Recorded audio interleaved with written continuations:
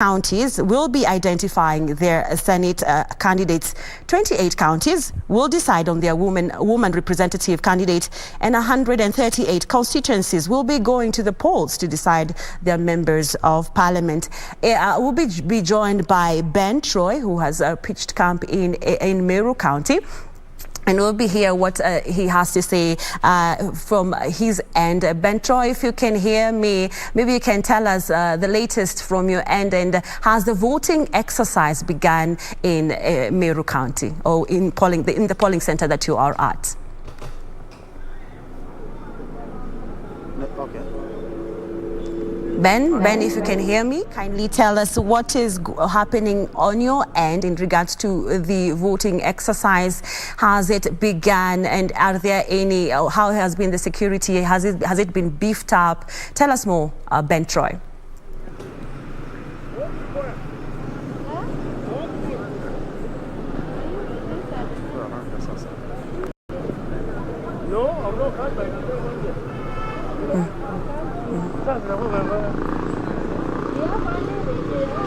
We cannot reach him, or rather he cannot hear us, but we'll be picking up that feed later on. But first we cross over now to Simon Achola, who is in Kericho County, with the latest about the UDA nominations. How has it been going, Simon Achola, in your area? I know the voting exercise started at 6 a.m. and how far have the voters come out in numbers? What's the feeling like down there?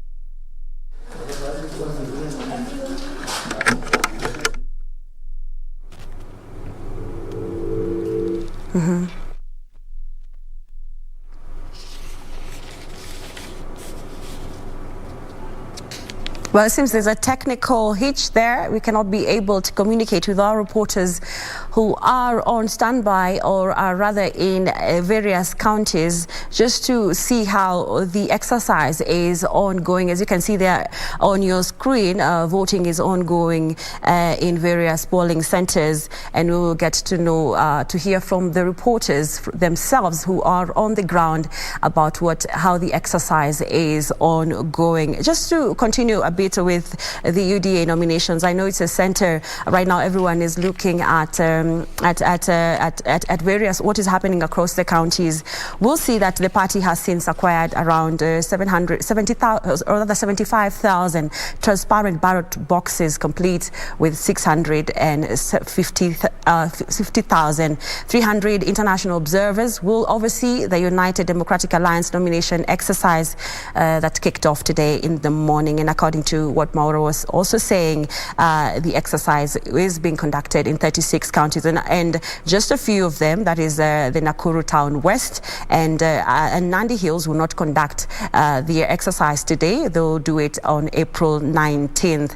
So the aspirants, there's some aspirants, especially from Meru County, as you saw last night, where they are crying foul, where some of the ballot boxes were destroyed. And we'll get to hear from Ben Troy. How has the exercise been now that some of the ballot boxes and the voting material were destroyed last night? But that is something that we'll be engaging with the reporters down in the counties. But first of all, we now talk about the Finance Bill 2022, and it's something that has been people have been keen to know what is contains in this finance bill. And in studio with me, we'll be talking about the PMF, or rather what are the valuable insights on changes proposed and how they were likely to affect your business. That is a conversation that we are about to start. But before we do that, let's now cross over to Meru County. Ben Troy, I hope you can hear me now. Please tell us how the situation is on ground. Has has the voting exercise began, and are the ballot boxes actually arrived in that county? Please tell us more.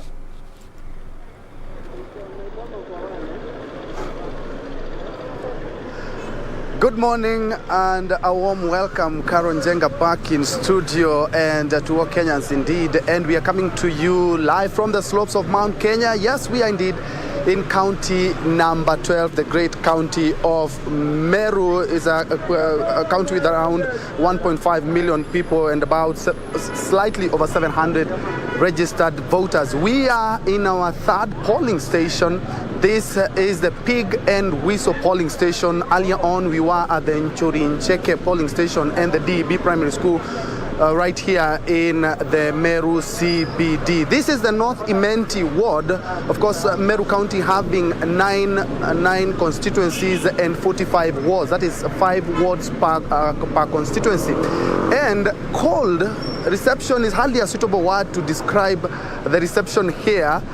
It's about 10 a.m. and we've been stuck here for the last couple of hours trying to see how the situation is. And if my colleague Mugo Kamunya can pan, you can see the polling station here. Something quite interesting is that I hear that there has been a lot of consensus. Of course, we're going to be speaking to the presiding officer a little bit later. But as you can see, this is a women rep box, and this is the ballot box, and this is the MCA. Those are the only two that are going to be voted for today. And the funny thing is that the boxes are empty. They are quite empty, and it's not only here. The same situation was at the DEB, as a DEB primary school right here, a few meters from here, and also at the Njenga, not a single ballot cast. But the funny thing is that here in Meru, of course, it's a Mira region, and a lot of activities. It's an agriculture zone as well. But as you can see, people are continuing with their everyday life. As you can see, people just kind of a wait-and-see situation. The situation, security-wise, is quite good. No cases of malpractices or even cases of insecurity. But the fun thing is that not a single ballot has been cast in the 3 polling stations that we have been in. Everybody is just going on with his or her own duties of the day. And perhaps let's wait and see. Later, things might just pan out for the best. So right now, let me engage the presiding officer to give us a clear picture of what is happening today and what is happening right now, because as I have told you, that we don't even have a single ballot. No single vote has been taken, at least for the last 3 or 4 hours since the ballot, the polling stations were opened. Let me engage us so that we may have a clear picture of what exactly is happening. Kindly tell us your name and tell us when did you open this polling station and how has the situation been? I'm Bridget Mwandwa. I'm the presiding officer, Pig and Whistle. So far, tulifungua 6 and we have allowed 4 or 7 voters, na mpaka saa hii hatujapata hata mtu mmoja. The turnout is poor kabisa. Hatujapata mtu. Yeah. And we can see only 2 ballot boxes. What exactly happened? We don't see the MP or even the governor, the senator as well. So far tuko na women lab na MCA. The rest, senator, governor and MP wamesikizana. So tuko na 2, and kwa MCA we have only 2 aspirants. Na women lab we had 4, but 1 alijitoa jioni, tumebaki na 3. Na ukiangalia mfungua kutoka 6 am na tunaona hakuna ballot hata moja ama kura moja imewekwa, na pia tumeona the situation iko the same kule pande ya DEB and as well as the Njenga one. What could you perhaps attribute this to? Maybe the aspirant hawaku campaign. Yeah. All right. One of the reasons. Okay, of course, we will be still pitching camp at other polling stations, but we had actually decided to start right here at the Meru CBD so that we may see how the situation is. But as you can see, 0 votes as well, and only 2 ballot boxes, that is for the MCA and the women rep. Of course, we'll keep you afloat with what will transpire as we go to other polling stations. Back to you in studio. Thank you. Thank you, Ben Troy, for that update. Just to give you a brief of what he has said is that there are only 2 ballot boxes there for the women representative and the MCA. And for the women representative, there are 3 UDA aspirants. And for the MCA, there are 2 UDA aspirants. And so far, voting is ongoing, though the voting number is still low there in that polling center in the Meru CBD. No single vote has been taken, according to what Ben Troy has just told us, and the voter turnout is poor, hoping that that situation will change as he goes on to other various polling centers across the Meru region. Now we cross over now to Uasin Gishu County, where our reporter John Jacob Curia is on standby. He is at the polling station called Eldoret Polytechnic Center. JJ, if you can hear me, I know you have told us a lot about what is happening across the Uasin Gishu County. Just tell us, at that polling center, has the voting exercise begun?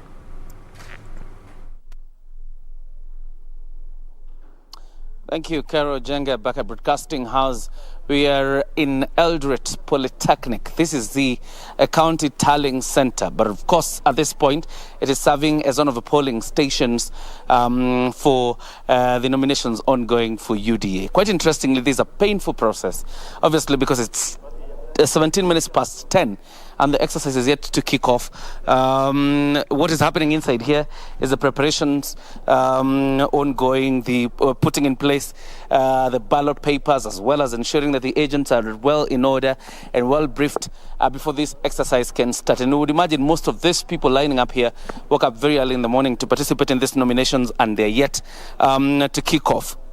Very quickly, before I engage a few of them, Kericho Njenga, the contest really is in the positions of, governor and senator. Obviously, trying to succeed Governor Jackson Mandago. The candidates are Julius Bitok, Jonathan B., Veska Kangogo, Solomon Maritim, Caleb Kositany, who is now serving as the MP for Soy, and Sarah Serem. She's the immediate former envoy to the People's Republic of China. In the senatorial race, you have Jackson Mandago, the outgoing governor, now wanting to represent this county. In the Senate, you have Kemei Robert, Edwin Kosgei, Maxwell Mitei, and Oliver Mutai. And that's just how the ballot, looks like this morning in Eldoret Polytechnic. Something also quite interesting is that as, voters come in to participate in these nominations, the fact of the matter is the register that is being used is the updated register of Independent Electoral and Boundaries Commission, the IEBC register. That means then there's no register for the UDA party, rather the IEBC register is what is being used in this exercise. And according to the UDA party, no voter will be turned away if they come into the polling station wanting to participate in this exercise. Could this be an undoing on the part of UDA? Quite interesting, and only time will tell, because if you're going to use the IEBC register, what if then there's what you would call infiltration by non-members of the UDA party to participate in your own nominations? It's quite interesting, and I don't know how they arrived at that decision, and probably it is well informed by facts on the ground, and that could just be it. But the nominations are ongoing in several other places except in Eldoret Polytechnic, where they are yet to kick off 20 minutes after 10. They were supposed to kick off at 6. So if you count from 6, that's about 5 hours delay. They're hoping to, all of them, obviously anybody who was lined up, they're hoping to participate in this process. And finally, by 5 p.m., this exercise closes. And after that, the tallying begins. And when it is done, obviously for this constituency, because we are in Keses constituency, there's a constituency tallying center. So Any ballot cast here will be taken to the constituency tallying center, and after that, after the collation of all the ballots for this constituency offices, they will come back here again. But this time, this polytechnic will be serving as the county tallying center. This is where we will get all the results of how each candidate has fared, and this is where the officials of the UDA party will be presenting the nomination certificates to the winners of this exercise. If we could just engage a few of the voters here so that they tell us their name and how they feel about the exercise. Very quickly, majina yako? Unaitwa nani? Kiprop. Yes? Kiprop. Kiprop. Umechelewa sana. Hii exercise imechelewa sana leo. Sijui ungetaka kuambia ni chama cha UDA? Kiprop, ana la kusema. Jina lako? Mimi naitwa Tito Kiblima Magoi na nimekuwa hapa tangu asubuhi saa 12 mpaka saa hii chochote haichaweza kufanyika. Sijui kwa nini, sijui logistics ya UDA iko mbaya ama nini.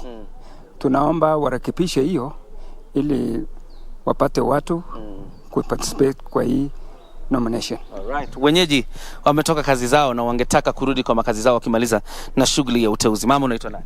Mimi naitwa kwa majina naitwa Grace Lungatso. Niko hapa, nilifika asubuhi saa 12, nilikuwa mahali hapa lakini hakukuwa na chochote. Ingalau tumekaa lakini tunajua tuko na imani tutamaliza hiyo shughuli. Lakini kitu yenye ninaomba tu watu wetu ambao tunaweka saizi waweze kutujua wakati tutakuwa wameingia kazini, kwa sababu watu wengi wamekuwa watoro, wakishapewa kazi wanatisapia, hawapatikani. Sasa tunawaomba siku ya leo, tunataka kufanya kazi ambayo tunajua tunafanya kazi ambayo inaeleweka, sio kazi ambayo tunafanya alafu kesho tunaenda nyumbani kwetu, ukienda kumtafuta unakuta hata yuko. Sasa tunataka tuweke watu watujue ya kwamba sisi ni watu pia binadamu kama hao. Sasa watutambue pia sisi. Haya, mchujo ukifanyika viongozi wawe wanapatikana kila wakati. Mama, unaitwaje? Mimi naitwa Evelyn Kavita. Nilikuja hapa saa 12 kuchagua mwenye roho yangu imesema. Sasa nakuja bado wajefungua kituo. Sasa ningependa tu mwenye roho yangu imesema naenda kuchagua huyo asifunge gate. Tumekuja kumtafutia kazi na wakati atakapopita atuangalie vizuri. Hata sasa nafikiria penye yako ataniona. Na asifunge gate. Tukisema shida yetu vile tumemchagua, kama tutachagua mama ama mwanaume, tukienda hapo atuangalie watoto wetu wasome. Pia wakue kama hao. Hiyo ndio ombi langu, na tribalism hatutaki Kenya. Tukimalizia mzee, haraka jina lako? Jina langu naitwa Eric Nyagaka. Nami niko hapa kwa ajili ya kupiga kura. Leo hii ni siku yetu, hata ikiwa ni usiku. Tunataka kuandika watu kazi na kuna wengine tunafuta ambao hawajafanya kazi vile ilikuwa inastahili. So kwa leo ni siku yetu, hata ikiwa ni usiku. Sisi tuko hapa mpaka tuandike watu na tuachiri wengine na wengine tuwafute. Asante. Hali kamili katika kituo cha kupigia kura cha Eldoret Polytechnic. Hivi ndivyo hali ilivyo. Bado shughuli ya kupiga kura haijaanza. Tunatarajia kwamba itakapoanza watapiga kura kwa amani. Tutarudi hapa tena wakati shughuli hii itakamilika ili kuwaletea matokeo jinsi yalivyo. Narudisha kwako Karo Njenga pale studio. Thank you, JJ, for that. And as he has said, the voters have come out in large numbers, but the voting exercise is yet to begin or to kick off. And something that he has categorically said is that the UDA party is using the IEBC register, and he says that no voter will be turned away, and every voter will be allowed to participate in this exercise. That is JJ rather coming to us from the Eldoret Polytechnic Center, where this center will also be the county tallying center once the voting exercise is done at 5 p.m. But the voting exercise there at that polling station is yet to begin. We now cross over now to Kericho County, where our reporter Simon Achola is on standby. Simon Achola, kindly update us on what is going on in Kericho, or rather at the polling center that you are at. Thank you very much, Carola Njenga. Indeed, I am in Kericho County, and of course, we are here to bring you live updates of exactly what is happening here in Kericho County. I'll just give you details that actually matter in this county. And for starters, is that this county has about 390,000 registered voters. Of course, they will not be going. All of them will not be participating in this exercise. However, what will be happening is that registered members of UDA are the ones who are allowed to participate in this particular exercise. As you see behind me, Caro, the number of registered members of UDA who are actually coming in this polling station, this is this particular polling station where we expect Dr. Mutai to actually be casting his vote, is at a very slow pace, and that has been witnessed across Kericho County. And they've been coming in just one by one to cast their votes, and those actually involved in this particular exercise are saying that they are confident enough that by the end of today, most of the residents who are actually registered as UDA members will actually have actually cast their votes in various polling stations across this particular county. When you look at the ballot boxes that we actually have here, you can clearly tell that a sizable number of them have actually already cast their votes, and that can actually be seen by the number of ballot papers in the ballot boxes.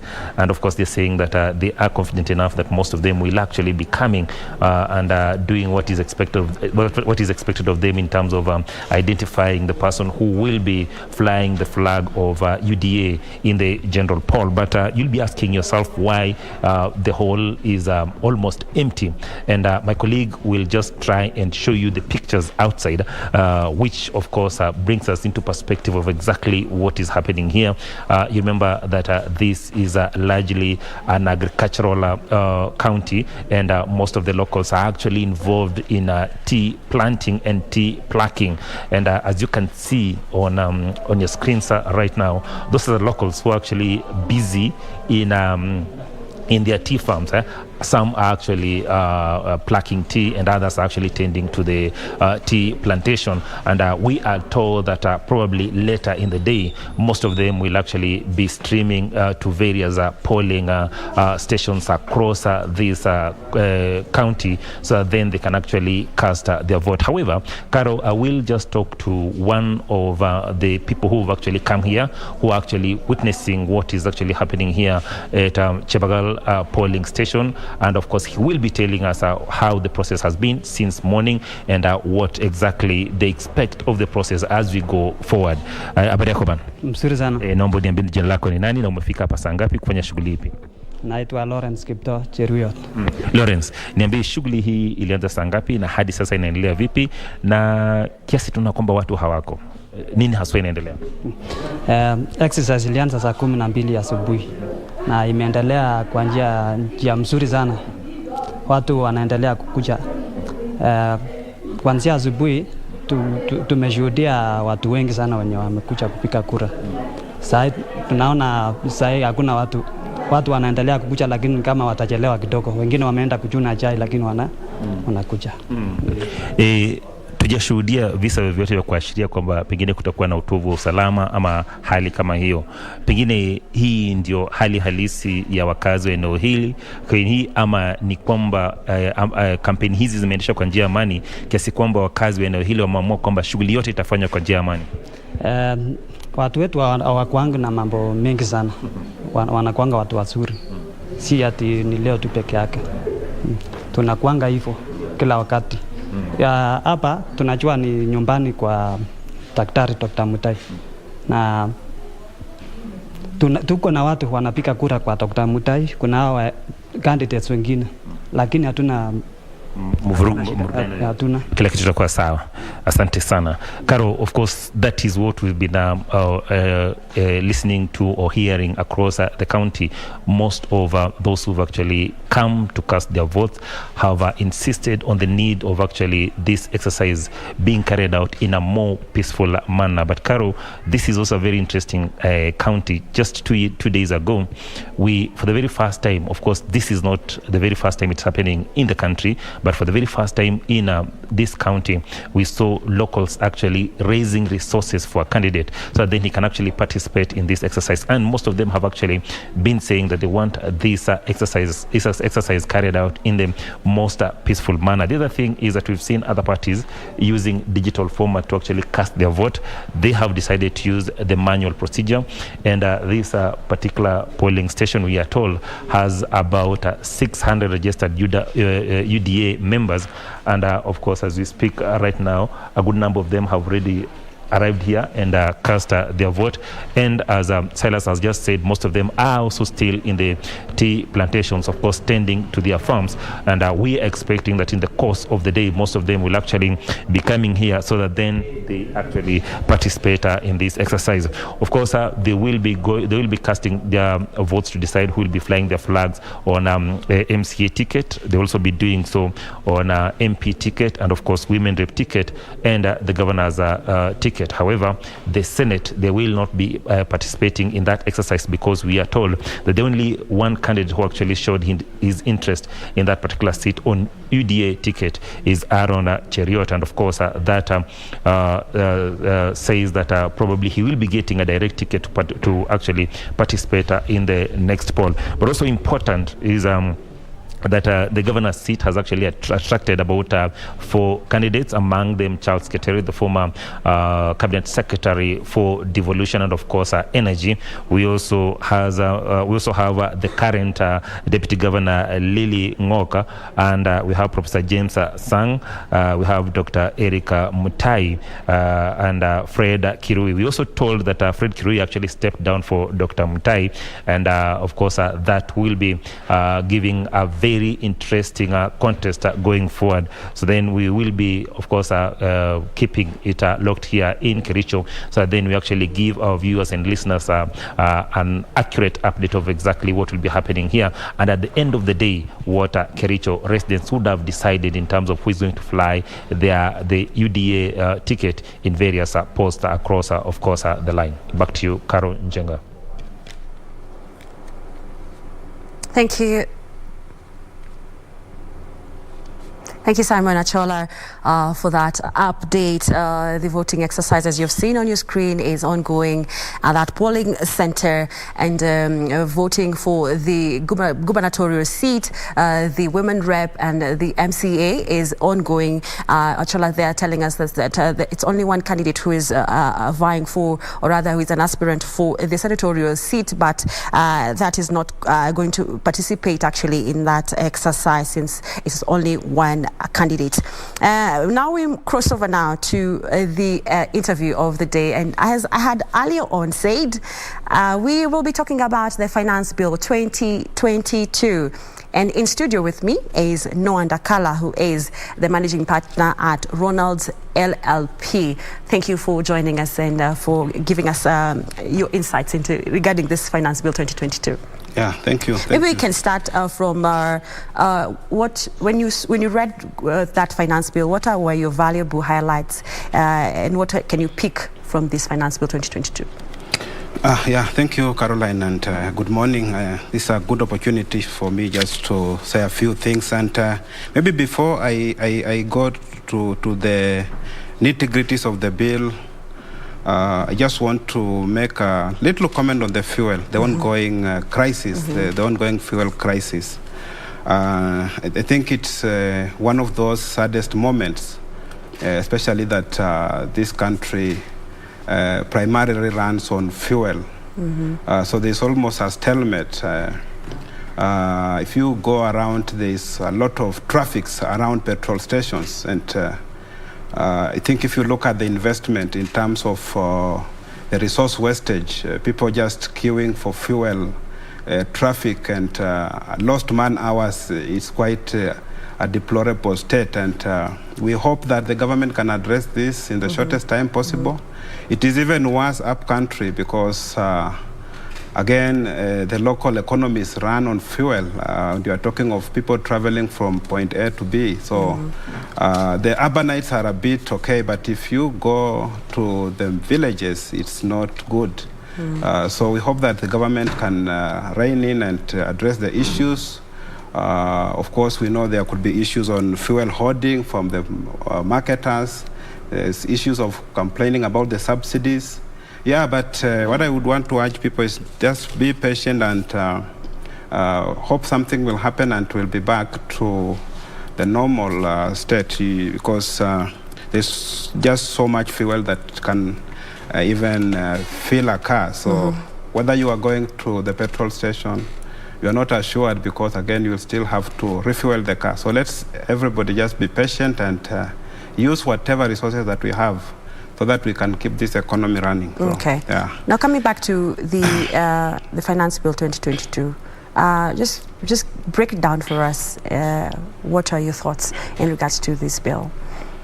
Yeah, thank you very much, Caroline. Yeah, I think the Finance Bill 2022 is basically a government tool that they are using in order to be able to fund the activities of the nation, and they do that through the bill. So these are proposals that are supposed to be deliberated on in Parliament, and once passed, they will find their space in the Finance Act. Yeah, but largely, a lot of those proposals would be passed. But if you look at the changes that have been proposed in those within the Finance Bill, they are mainly anchored on the agenda, specifically based on the agenda for this budget for economic acceleration, and just trying to finalize on the president's agenda of the Big Four. And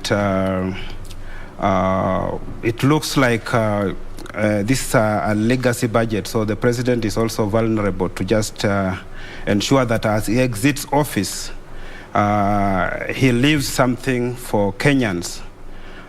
Yes, I would say he has done great. The second term of President Uhuru and even the first term was dealt with a lot of challenges.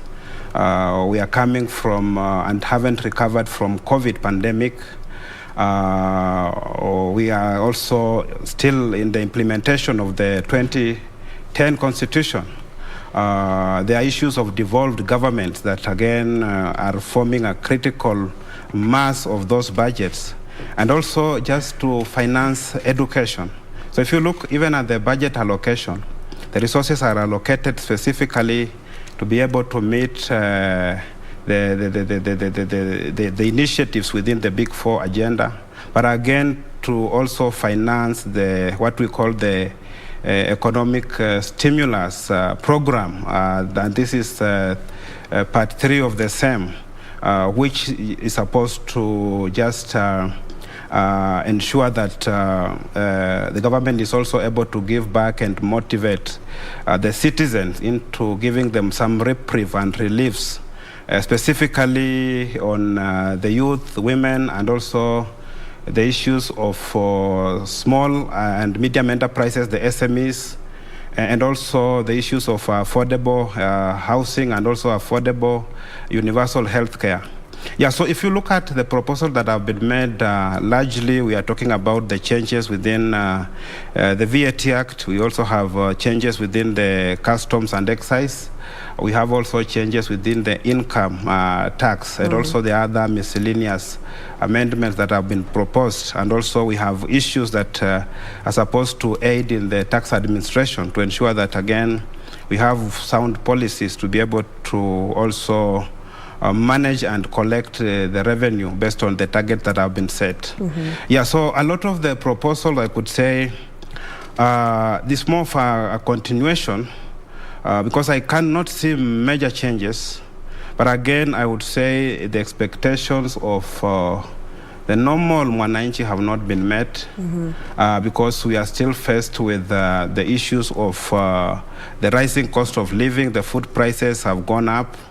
The issues of unemployment is still a problem in this country, and also just the issues of security and other issues that border on the normal mwananchi. So I would have expected a lot of reprieves, but that is not what I see, except for the fact that there were no changes on excise on fuel. Although you have seen the prices of fuel have gone up even without imposing additional taxation.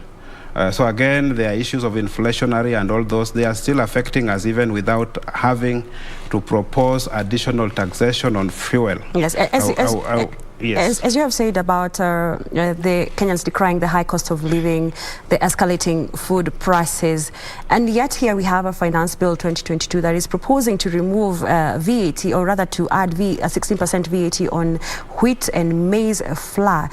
How is this going to affect the common Kenyan down there at the grassroots? Yeah, we are going to be faced with the increased cost of living because these costs are going to be passed to the final consumer. So the VAT on main foodstuffs that the consumer needs on a daily basis, these are basic needs that we cannot do it.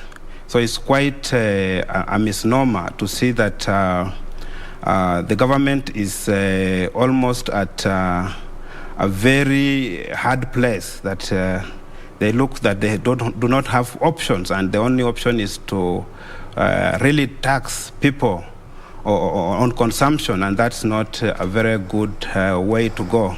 So it has a ripple effect even in terms of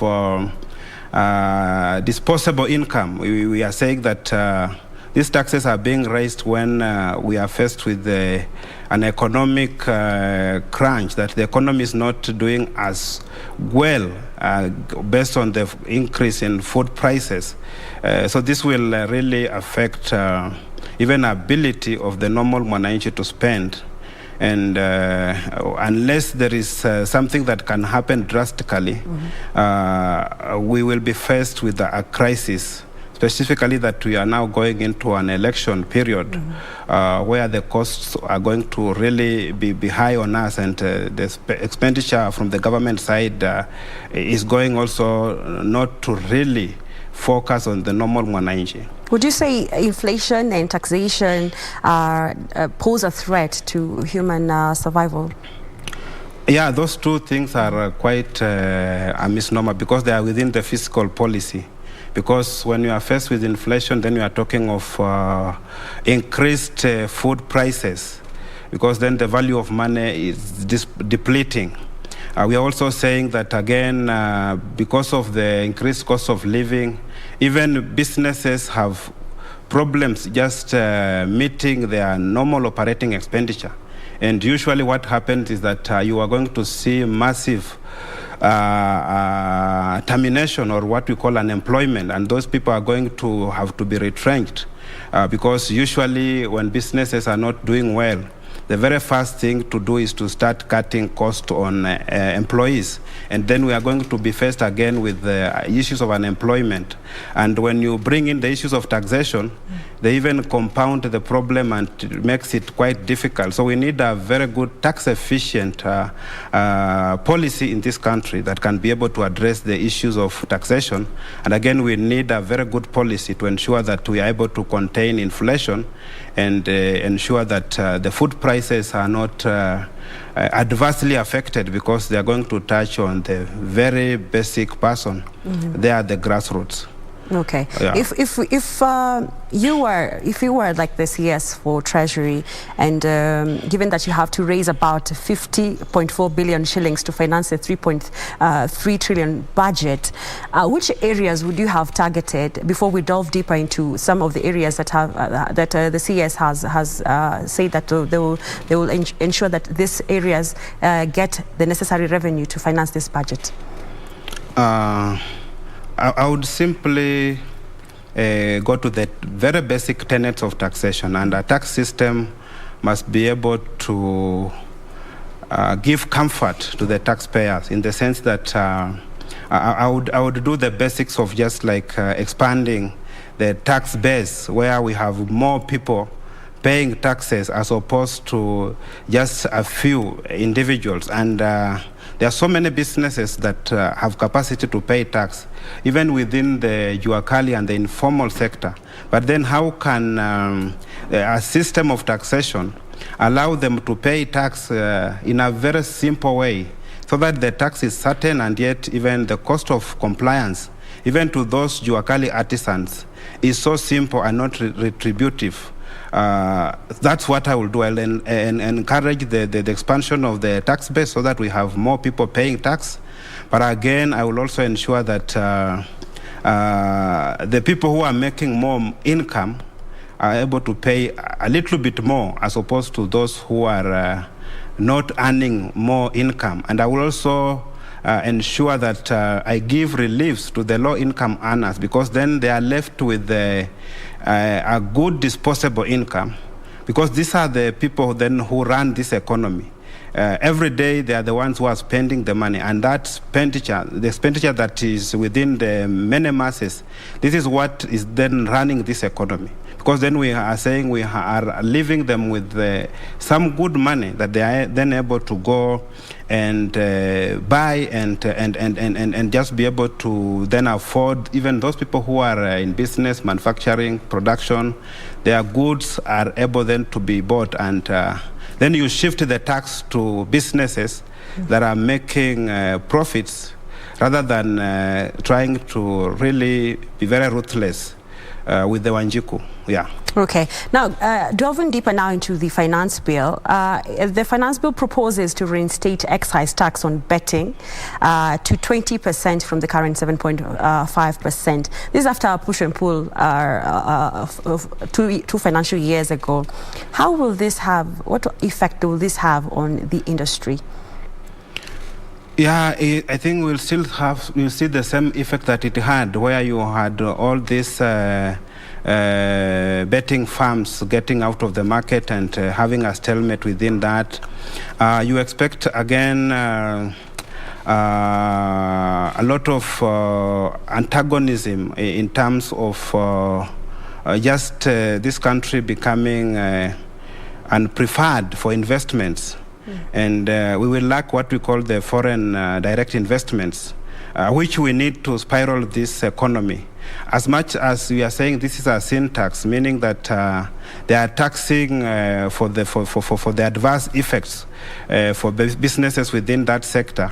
But it will also be important to see also, even as they introduce those taxes in those specified industries, what incentives are also available, so that also there's a balancing act. We try to leverage and balance out the issues of revenue collection and also enabling businesses, especially in the new emerging industries.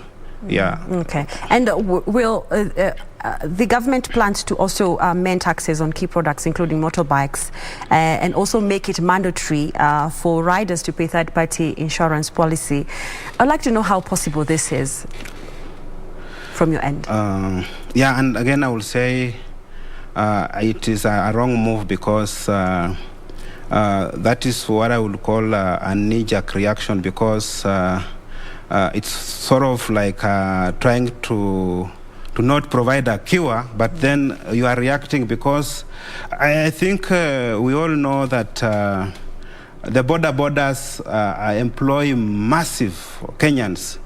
And some of the people who are operating those borders are people with families. And to start to really be punitive to them just because of a few isolated instances is something that may not really augur well. They may have a difficulty in implementing that. What I would recommend is we need to have a regulation that really punishes the offenders, rather than to penalize the entire industry, because then it's going to crumble.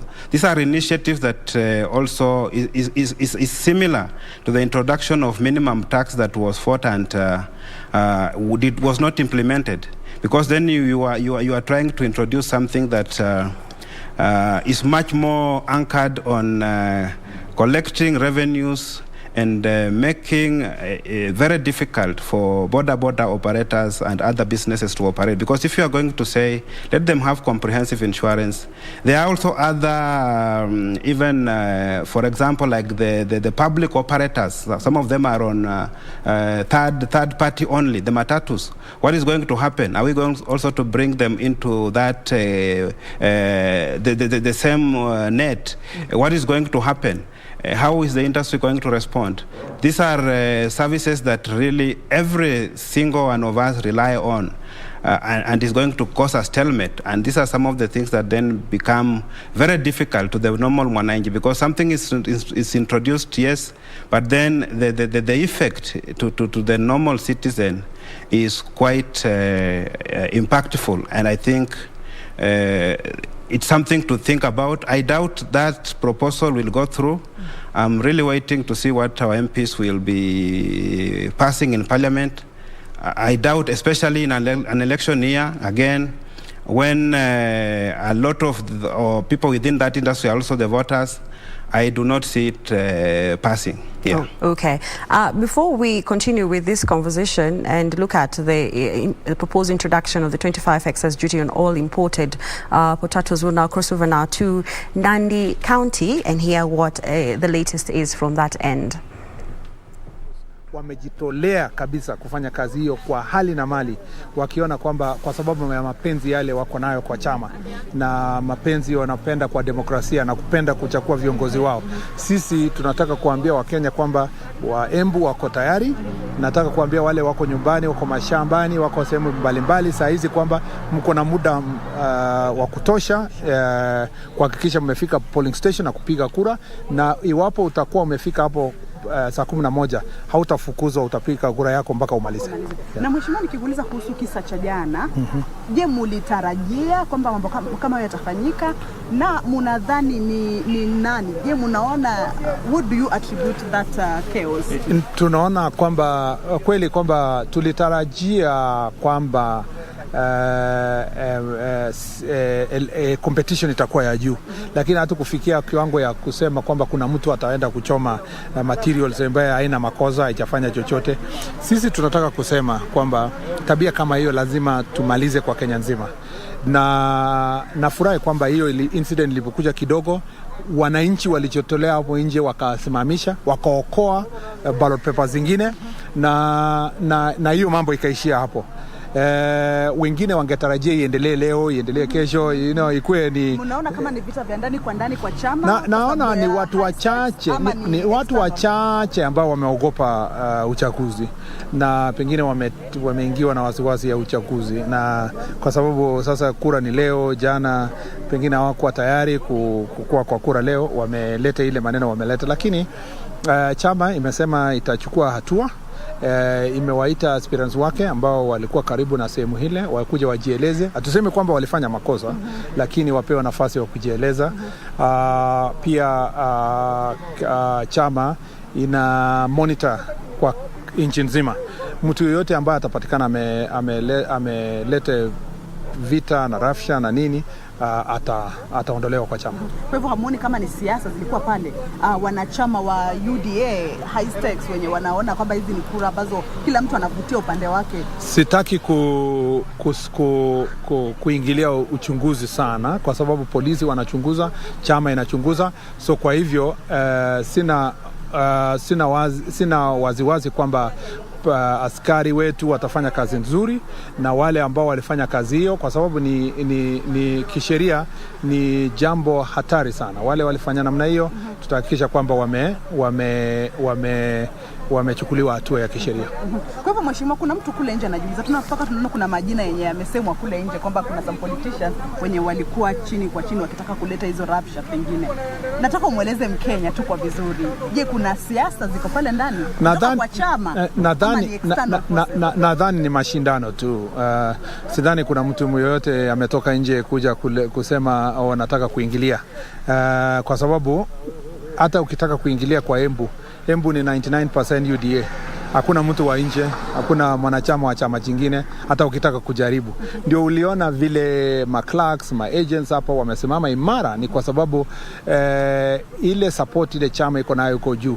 Nadhani ni watu wachache ambao ndani wenye kwa mashindano wameona kwamba mashindano imekuwa ngumu, wakajaribu kuingilia, na nadhani tutaweza kusuluhisha hiyo. Yenye inanifurahisha sana ni kwamba askari wetu ama idara ya polisi wametupatia support 100%, na mimi naamini kwamba kufikapo leo jioni tutakuwa tumefanya kazi hii kwa njia nzuri. Italeta sura nzuri kwa serikali, italeta sura nzuri kwa idara ya polisi, italeta sura nzuri kwa demokrasia yetu. Sisi tumejaribu ikiwa tuko na shida yenye tumepitia sisi, lakini tumejaribu kusema mwananchi akuwe na usemo ya nani atachaguliwa, na lazima tupongezwe. Tuseme tumechelewa, lakini tupongezwe kwa sababu tumetia bidii, sio kama wale walikaa kwa ofisi na kuwapatia watu ma certificate. Kwa nini unataka kutuambia hakuna certificate zimekuwa issue direct? Hakuna certificate imepeanwa direct. Penye kumekuwa na mashindano hakuna direct certificate, hakuna sehemu jojote. Ukiona hata sehemu kama Nairobi, aspirants waliongelesha wenyewe wakakubaliana. Sehemu zingine kama North Eastern huko walikubaliana.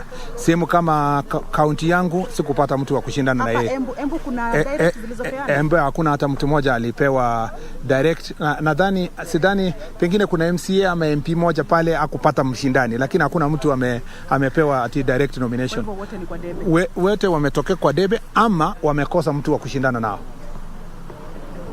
Alafu tuko tumepata tafsiri kwamba Camp chairmen are there talking to Kipchumba Murkomen, who is vying for the senatorial seat in Elgeyo Marakwet under the UDA party, speaking to us about the low voter turnout in various county, or rather various polling centers, and also reacting to yesterday's incident in Embu County, where some of ballot papers were destroyed. We'll be also speaking to other reporters who are on standby across the country. But first, we'll now talk about the fuel prices, and we'll cross over now to Mombasa County, where our reporter Mwadiga is on standby just to give us an update on how the fuel crisis is ongoing in that particular county. Well, good morning to you, Caroline. We are coming to you live from Mombasa. I am at a place called Makupa, just at the Makupa Causeway, and where I'm standing right behind me is Shell petrol station. There are long queues of motorists looking for fuel.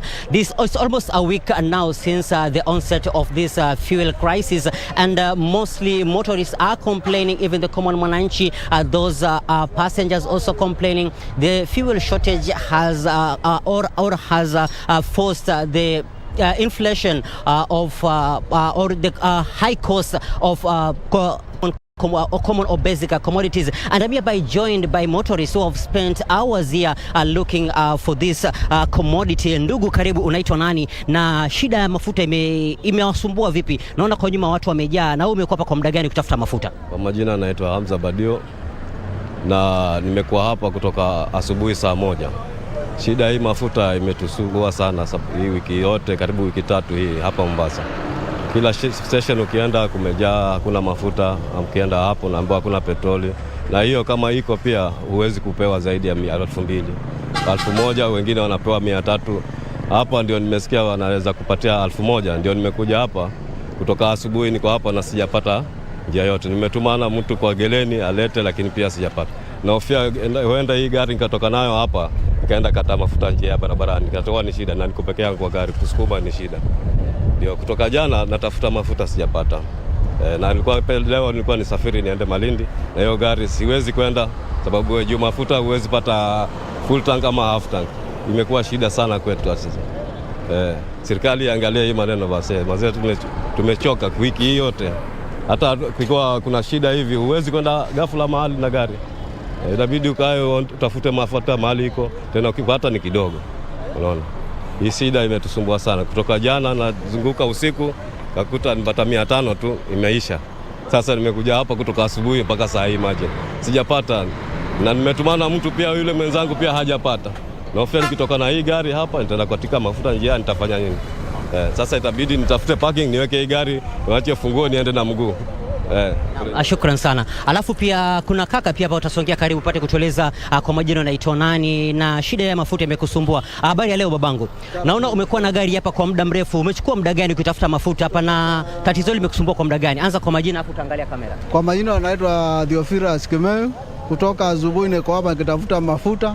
Nilikuwa na safari ya kwenda nyumbani kuzerekea Basaka, lakini bado sijaanza kwenda kwa sababu ya shida ya mafuta. Kwa hivyo ningeomba tu kama ingewezekana serikali angalie tusaidie upande wa mafuta tu, hii kuhangaika kupanga raini kutoka asubuhi, zingine zimekata mafuta barabarani, ambayo ukiangalia wananchi wengi wanaumia, na sana sana madereva wale wana safari za kwenda Mbara kuserekea hii Pasaka, wengine wamekwama Mombasa kwa sababu ya hii shida ya mafuta. Thank you so much. Asante sana. Now this is how things are here in Mombasa. It's just actually chaotic. As my cameraman will show you, there are long queues from the petrol station, and just right behind that church, there's almost 800 meters. Is motorists are queuing just to get the fuel. And as those I've interviewed earlier on are saying, is that you can't get fuel of more than 2,000 shillings, only 1,500, not more than 2,000. And what I'm learning is also that this is happening amid this is happening amid what the experts are saying, that they are standardized gallons which are supposed to be carrying petroleum products, not just any gallon. But amid the crisis, the common mwananchi couldn't have that time to look for those standardized gallons to carry those petroleum products. So they are forced just to come here with their gallons, look for that fuel, because mostly or most of them, they've just parked their cars far away from the petrol station, and they have to come with those gallons, fetch the get the fuel, then go refuel their car. And most of them, I've talked to them, is that things are just very difficult, and this is not just touching the fuel, but it's also affecting the prices of other basic commodities. And just earlier on, I had talked to one or to some few motorists here, but they were so furious, saying that some of them, their cars have spent 2 to 3 days at the petrol station just looking for this rare commodity. And where I'm standing, if my cameraman will just show you, just right behind him, is that there's also another petrol station which its activities have just come to a standstill. They have literally shut down operations because there is no fuel. The commodity isn't there. So what they are just appealing is that the government should also look into it and make sure that there is enough fuel for motorists, and also to ensure that if there is enough fuel, of course, the prices of the basic food commodities will just come down, and ensure the common mwananchi is able to live under a budget which he or she is able to have control over. So it's just chaotic. Chaotic is not just here, but as I've been informed with other motorists, is that all the way to the bridge, to the Nyali Bridge, which is connecting connecting town to the northern side of the town, is that there are long queues from the petrol station along the bridge. So literally, the bridge is also packed, and we'll be looking into it to see how things are, and maybe what is being done to ensure at least things flow, and everyone gets to get at least this rare commodity, and have their activities going on as usual. This is all we have from Mombasa County, Njenga, and we'll be back to you, of course, to give you much more details with what is happening on the ground regarding this fuel shortage. Back to you, Njenga, in Broadcasting House. Thank you, Mwadiga, for that comprehensive update, saying the fuel shortage is worsening in Mombasa County ahead of the price changes. Remember, the Energy, Petroleum and Regulatory Authority is expected to review the monthly prices today in the afternoon. And also the Cabinet Secretary for Petroleum and Mining, Monica Juma, is expected to give an update as well, or address the media in regards to the fuel crisis in the country. That is something that we are going to expect. Our reporters are on standby, or rather they are at those various functions, just to hear what the CS will have to say regarding to this fuel crisis that is ongoing across the country. Various outlets have no fuel, and the scarcity is being felt across all petrol stations. And yesterday we saw something where John Christian, who is the CEO for Rubis, being deported over economic sabotage. That is what has been happening when it comes to the fuel crisis in the country. We'll be giving you updates when they happen across, as reporters tell us more about the fuel crisis in the country. Now, coming back to our conversation this morning in regards to the Finance Bill 2022, and picking up from where we left off, we were talking about the introduction of the 25% excise duty on all imported potatoes, including the pre-blanched, blast frozen in the Finance Bill. What kind of effect are we likely to see in this excise on the industry? Yeah, you are looking at, of course, potatoes and all those things that are being imported. There are major inputs in, for example, hotels. So you expect that the food prices from those will go up. But again, I see a good move, maybe in the long run, because then it is time to then think of how can we incentivize the potato and other farmers, so that then we are able to get the local produce to our own market, so that we are not relying on imports, and specifically those that are agriculture-based. And government has a massive blueprint on how to really just sprout up the agricultural sector. But I think what we are lacking is a very clear policy in terms of how do we ensure then that you are able to incentivize the local farmers, and you are able to, now we are talking of things like subsidies. How are you able to subsidize? I have seen that in the budget, where there's massive subsidy on fertilizer and other farming inputs. And I think that's what we need to delve into, so that we are not really dependent on imports, because that is really killing our economy. And we have resources, we have land. Farming is one of the major economic earners that this country can ever leverage on. So we need to set up policies that then incentivize the local farmers, and not just in potato, even in tea and every other sector, coffee, to ensure that then we really encourage our farmers to be able to reap maximally from what they are doing.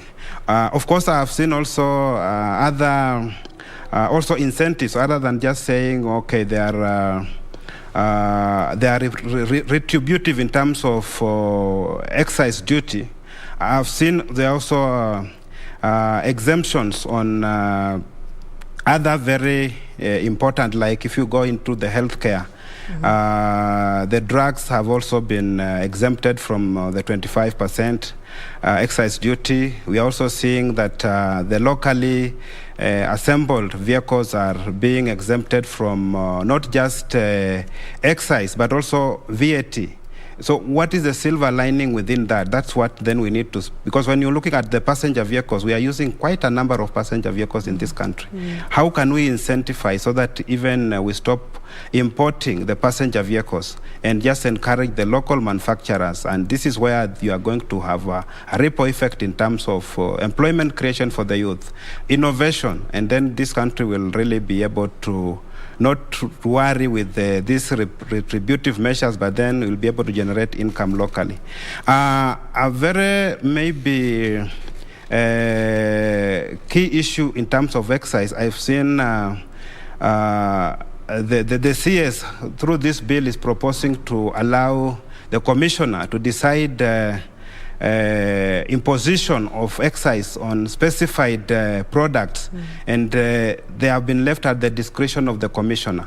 And I think that is where you might find other additional legislation that then expose us to additional taxation. And the Excise Act is one of the very robust. If you look at that act itself, it has so many numerous products, and we are talking about different tariffs. And there's always leverage and also discretion to the commissioner to really just be able to vary, and that's where now I see there is high drive to really get into excessive taxation. So I think those are some of the things that the legislators need to focus on, so that we have what we would later call in a very clear national tax policy that can be able to predict how are we going to be taxing our citizens, so that we are not every time looking forward to all these robust changes, and some of them really become very punitive, and some of them cannot be implemented. Yeah, so I hope that can be achieved. I wanted to say a few things on VAT, because we see also a lot of reprieve in terms of VAT. They are not so much, but majorly in terms of incentivizing the manufacturing sector, where we are saying all the equipment that are coming in for manufacturing, we see reprieve on exemption on VAT. We see a lot of exemptions within also the VAT for pharmaceutical manufacturers. We see exemption of inputs on all supplies to pharmaceuticals, and also we are also seeing that to medical facilities. So I think we need to look at that and be able to see how can businesses benefit from these incentives, how can also we really ensure that government is accountable in terms of also facilitating a good atmosphere in which then we can be able to really take advantage of some of the policies that they are proposing. Of course, I see punitive measures that have also been imposed by the taxman. And one of them being that companies locked in a tax dispute with Kenya Revenue Authority to deposit half of the disputed tax in government coffers. How will that affect farms? Are they likely to face liquidity issues? A lot, because if there's a tax dispute and it's gone to the tribunal and it has not been determined, the appeal has been rejected, and you need to appeal to higher jurisdiction like the Court of Appeal, then you are looking at a situation where you have to put aside 50% of the tax that is under contestation, and you are not very sure even how you are going to get that money. You are not very sure again whether you are going to succeed in terms of disputing that tax and getting your refund back. So it is quite a misnomer, and I see, yes, some countries have done that. Uganda are doing that, but their rate is a bit lower. But 50% is quite ambitious, and I see some of this being fought. There's also the drive to really focus on high net individuals in terms of ensuring that, again, I see the commissioner is proposing, the CS is proposing to put in additional measures to even get into PIN registrations for those people who are not paying taxes. So things are going to be very difficult. They are going to the extent of saying now we want to be allowed to go beyond the normal fixed assets like land. Now they are being allowed through this bill, if it passes, to be able to even attach movable assets like motor vehicles and other things that the taxman can use to easily recover taxation. So again, there are proposals also to just ensure that monies that are stuck with your customers are also going to be aggressively have to be paid to the taxman. It has been going on, but there are tough measures that are going to be implemented. So we see a very robust, aggressive taxman. So there's a need to just also, even for the businesses, to see that they're able to comply. I've also seen another initiative which is good in terms of the review of the unclaimed financial assets, where those organizations that are sitting on those assets are now being given leeway, if this bill passes, to be able to waive all the penalties and interest on those, including also even the fees for auditing those assets from an independent consultant. So I see the drive to also, that is a positive move. It's one that I can encourage. I hope the members can pass it quickly, because there are so much assets held by institutions, but the cost of compliance is becoming very difficult. And if that money is given to the unclaimed financial asset, then it means that the owners of those assets can then be able to be reunited with them very quickly, and they're able then to use them to just also finance their livelihood. So there are quite good measures also in this bill. Yeah. On the tax dispute, do you think both parties, that is Kenya Revenue Authority and also the taxpayer, should contribute to this coffers, to the government coffers, this for 50%? Or rather, it's just the taxpayer? Because then again, if the case is in favor of the taxpayer, what happens then after? Yeah, probably what they would say is to incentivize the taxpayer in terms of the foregone profits, not just the interest, because that money could have been used to make much bigger economic impact. So it's not just to pay like you are paying what I would put aside in a deposit-bearing account, but also to incentivize. So again, to have a middle ground, probably they would propose that. But again, I see they're also willing to finalize those disputes within quick time, so that again, the money is not tied into that account for unreasonably long time. As we come to a close, maybe you can tell us, do you think the National Assembly is going to pass this finance bill in its current form? Are they going to have various changes that are going to be proposed? I see them passing some, but not passing, because a lot of the changes that have been proposed here are basically, again, going to have to be implemented by the next government. So whoever wants to in government, they are vested interest, because they are going to also want to see, because it becomes then political. How is this going to affect the Mwananchi? We are faced with an election. So the members of parliament will be looking at it from a political angle. But again, they will be looking at if we pass these bills, how are they going to affect if we be the ones in government? So it's 50-50. I know there are those that will pass, especially those on VAT, they are good.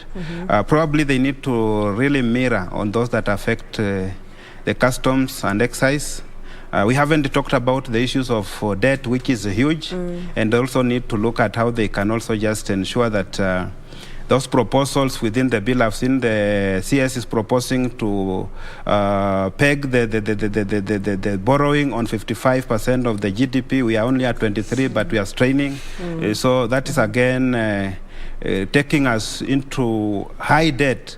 And we need to be able just to also watch over how that debt is going to affect us, especially that we also need to manage how we are using those funds from debt, so that we are able then to have economic advantage by use of those borrowed funds. Okay. Yes. Thank you so much. Noah Ndakala, who is a managing partner for Ronald LLP, and we've been talking about the Finance Bill 2022. And thank you for joining us and for giving us your insights, and we'll invite you again. We'll continue with this conversation. We will take a short commercial break, and when we come back, we'll be talking about online safety for women legislators with Masi Mwangi, who is the KIWOPA coordinator, that is the Kenya Women Parliamentary Association. Do not go too far.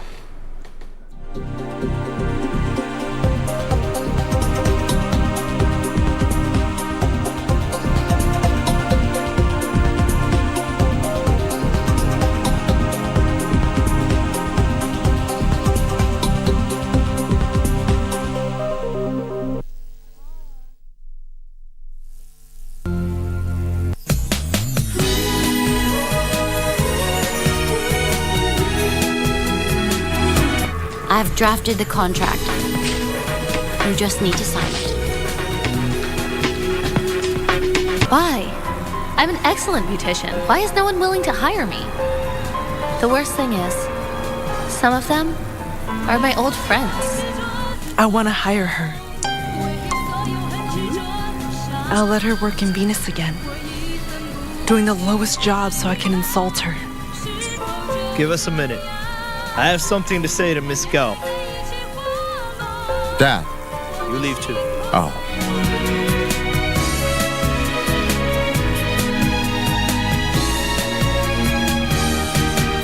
Karen, open the door, please. They will fight for their love until the end.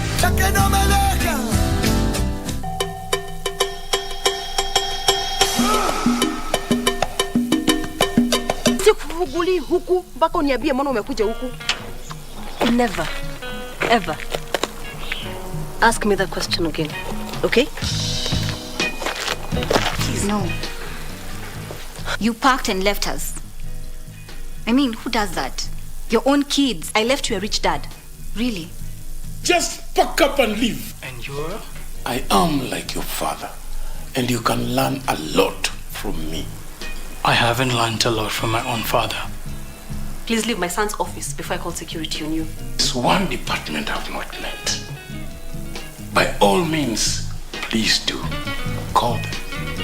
I just need your help speaking to my children. Oh, the mighty Kathy can beg. Please.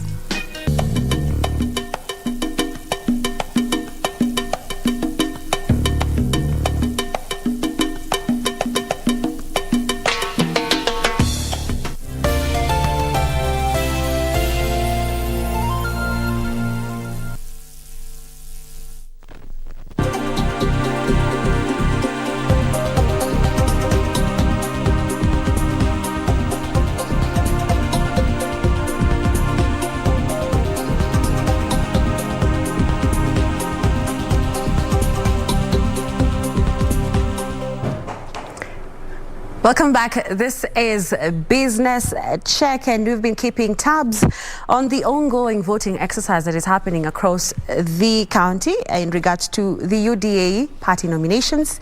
And now we'll cross over now to Kericho County with our reporter Achola Simon, just to give us an update on what is happening.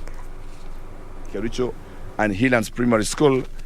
Of course, the party is using the IPC register of 2017.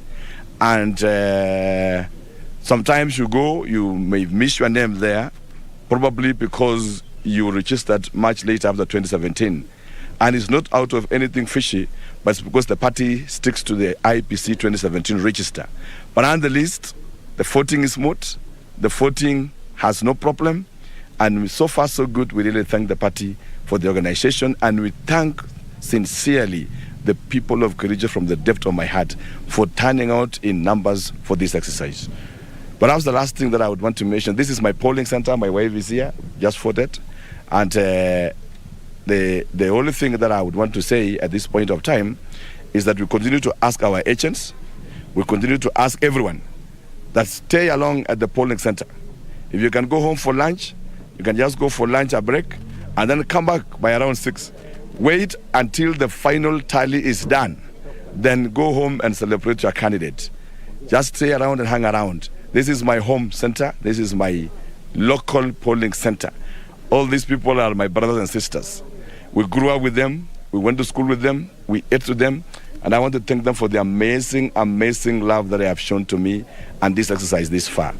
Lastly, we continue to ask all our supporters across the county that the elections come and go. Indeed, we might have a very bruising political battle, but as of today, whoever will win this election will be the governor of Kericho. And we should all be willing to work with the governor that the people has nominated. Through God's grace, we are confident, we are very confident through God's grace that we are going to win this race. We are going to win this race, and victory belongs to God and the people of Kericho. He is the one that has brought us this far. I want to sincerely thank the many volunteers, the many men and women of God that took their time to pray for this exercise. I know of so many of them that have been fasting for this exercise. And indeed, we always say that hii sio uchawi, ni maombi. Na kwa ukweli ni maombi, and really thank God. So let's continue to exercise patience. Let's continue to exercise peace across the country as we move ahead with these nominations. And we really want to thank God. Thank you so much, the members of press. One question. Yes, sir. That is Simon Achola speaking to Eric Motahi, who is an aspirant for the gubernatorial seat in Kericho County, just speaking about how the voting exercise is going, saying it is going on smoothly in Kericho County, urging the residents of Kericho County to go home and come back later on when the counting exercise begins, that is at 5 p.m. And in studio with me is Nerima Wako, who is the Executive Director, Siasa Place. And our topic of discussion this morning is online safety for women legislators. Successful women tend to come under attack, and online attacks are the latest weapon unleashed on them. Welcome to our studios. Thank you so much, Carol. Okay, start from the beginning and tell us more about what you do as the Executive Director at Siasa Place, and also how can women aspirants or women legislators stay safe online? Thanks for having me. So the organization, Siasa Place, is a youth organization. We've been in existence since 2017 and actually formally registered in 2015. But what we do is youth inclusion in political processes. How we work with women parliamentarians, which is KEWOPA women parliamentarians, is the fact that we have a program where we're in partnership with Google and Twaweza Kenya and Code IP Africa. And it focuses on women's safety online. Because we work with youth very often, a lot of the engagement that is political has transitioned to online engagement. That also means there's a lot of misinformation, disinformation, and the bullying that you have mentioned. And statistics do show that women leaders tend to be bullied much more. Also considering, today we're seeing the UDA nominations. It is a party that has 5,000 people, aspirants, who are interested in becoming candidates. Out of that 5,000, 1,000 of them are women. This is the largest number of women in a political party going through political party primaries. So when you look at those figures, we have 4,000 men and 1,000 women. So it's very easy for women to be bullied much more because when you look at the political landscape, women are fewer. And we also saw it in a lot of images where there are the coalitions forming and a lot of people are questioning where is the gender balance. You tend to find a lot of political parties are led by men as well. So there's an imbalance. So what we do is train women on the avenues that are available for them to protect themselves. We push for laws and policies that allow women to be who they are online and not fear, because we have a lot of women not putting their campaigns online because they're afraid they're going to be trolled or bullied. And now because they do not have that visibility, you're not able to see the kind of work that they do. So we push for the encouragement and the safety of women online. We'll continue with that and tell us the steps that you are taking to ensure these online spaces are safe for women. But before that, let's now cross over now to Nandi County, where our reporter Timothy Kipnusu is on standby. Kindly update us on the latest from your end, Kipnusu.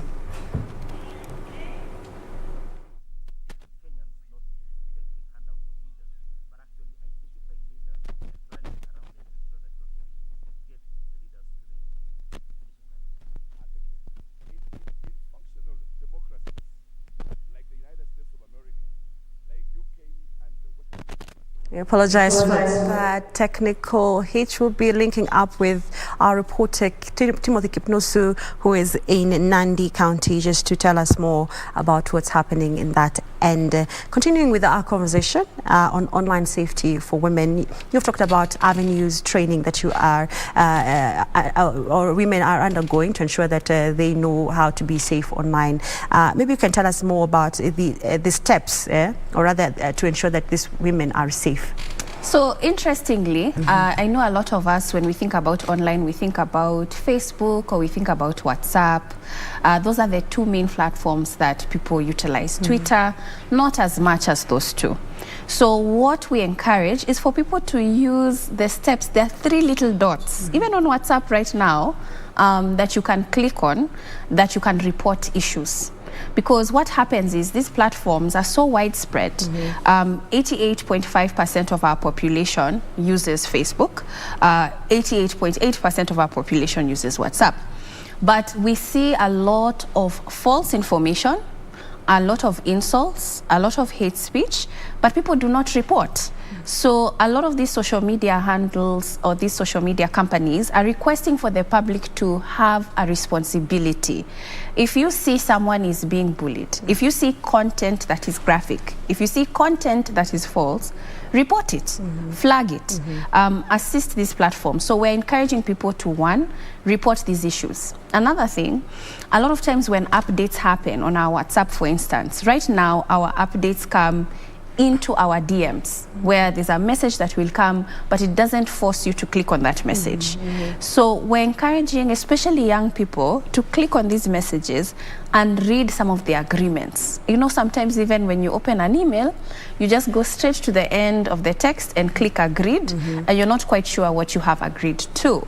So this is another way that we can secure ourselves, because WhatsApp is constantly updating. Right now it's under Meta, which is now owned by Facebook because they changed their names. So even Instagram, a lot of these platforms are under Meta. So they are utilizing these mechanisms for young people to be able to go and say, I have an issue with this content and this is something that needs to be flagged, because they are not able to see all this information coming at them, because we're talking about a population of over 40 million and sometimes even 20 million people are using the application at the same time. So reporting. And number 3 is not being quiet. Sometimes when we see women, especially being cyberbullied, we tend to just watch it happen. We feel pity for her, and then we say, oh my goodness, I hope she's okay. And there are no people, or very few people, come out and say, what you're saying is wrong, or what you're trying to instigate or propagate is not okay. We need, especially youth, to stand up and be vocal and say, we do not need to continue to speak to this level. Especially when we talk about women parliamentarians, there are a lot of cases of hacking. There are phones where you find you have maybe logged on through a public space, not utilizing your private domain, and someone is able to hack into your phone and get into information. We've seen pictures being shared that are now in the public space that would never reach public space if that individual knew that it was being shared. And those are some of the revenge issues that we have seen.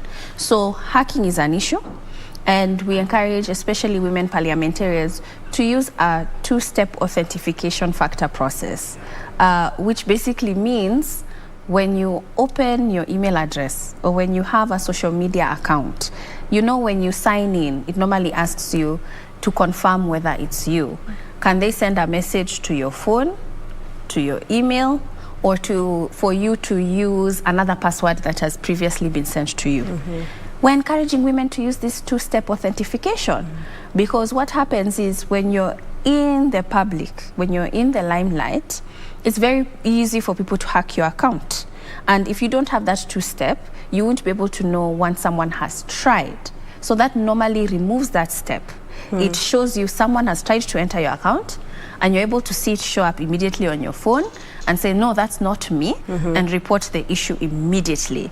But unfortunately, a lot of women don't know these processes. And are women taking up these steps? And you've said women are not taking up these steps. How are you advocating for these women to ensure that they take these steps? And also, in the same breath, does the legal system maybe in any way give guidance on how some of these cases should be handled? Those are good questions. So that's why we partner with Kenya Women Parliamentarians Association, where we are able to have sit-downs, trainings, and go through the particular steps that exist. And slowly, because a lot of them, even what I'm saying this morning, for some people, it sounds like I'm speaking another language. So being able to go through those steps slowly and showing them how. So those do exist. So there are a lot of workshops that we're doing. And another thing that especially Google Kenya is encouraging is the I Am Remarkable program, where they're encouraging especially marginalized communities and women to enter positions of leadership. A lot of them become afraid because they fear that they might be bullied. If I enter public office, I cannot manage, and all the other stereotypical issues that follow them. So trainings are important, and also working with them step by step. So it's sort of like a mentorship. So organizations that like mine that not exist, the people that I work with are youth. I don't have anyone in my team who's above the age of 35 as we speak, and it's going to be that way for the future. So I have a team that understands these spaces very well. So being able to intern and work with individuals who maybe don't, and work with them, and we call it reverse mentorship. Okay, we'll come back now to the legal system. You're going to say something about that. But before we do that, let's cross over now to Kwale County, where Brian Kimani is on standby, and he is attending the Connected Kenya Summit 2022, which has been ongoing for the last 2 days, and today will be the last day. What's the latest from the Connected Kenya, Brian, if you may tell us?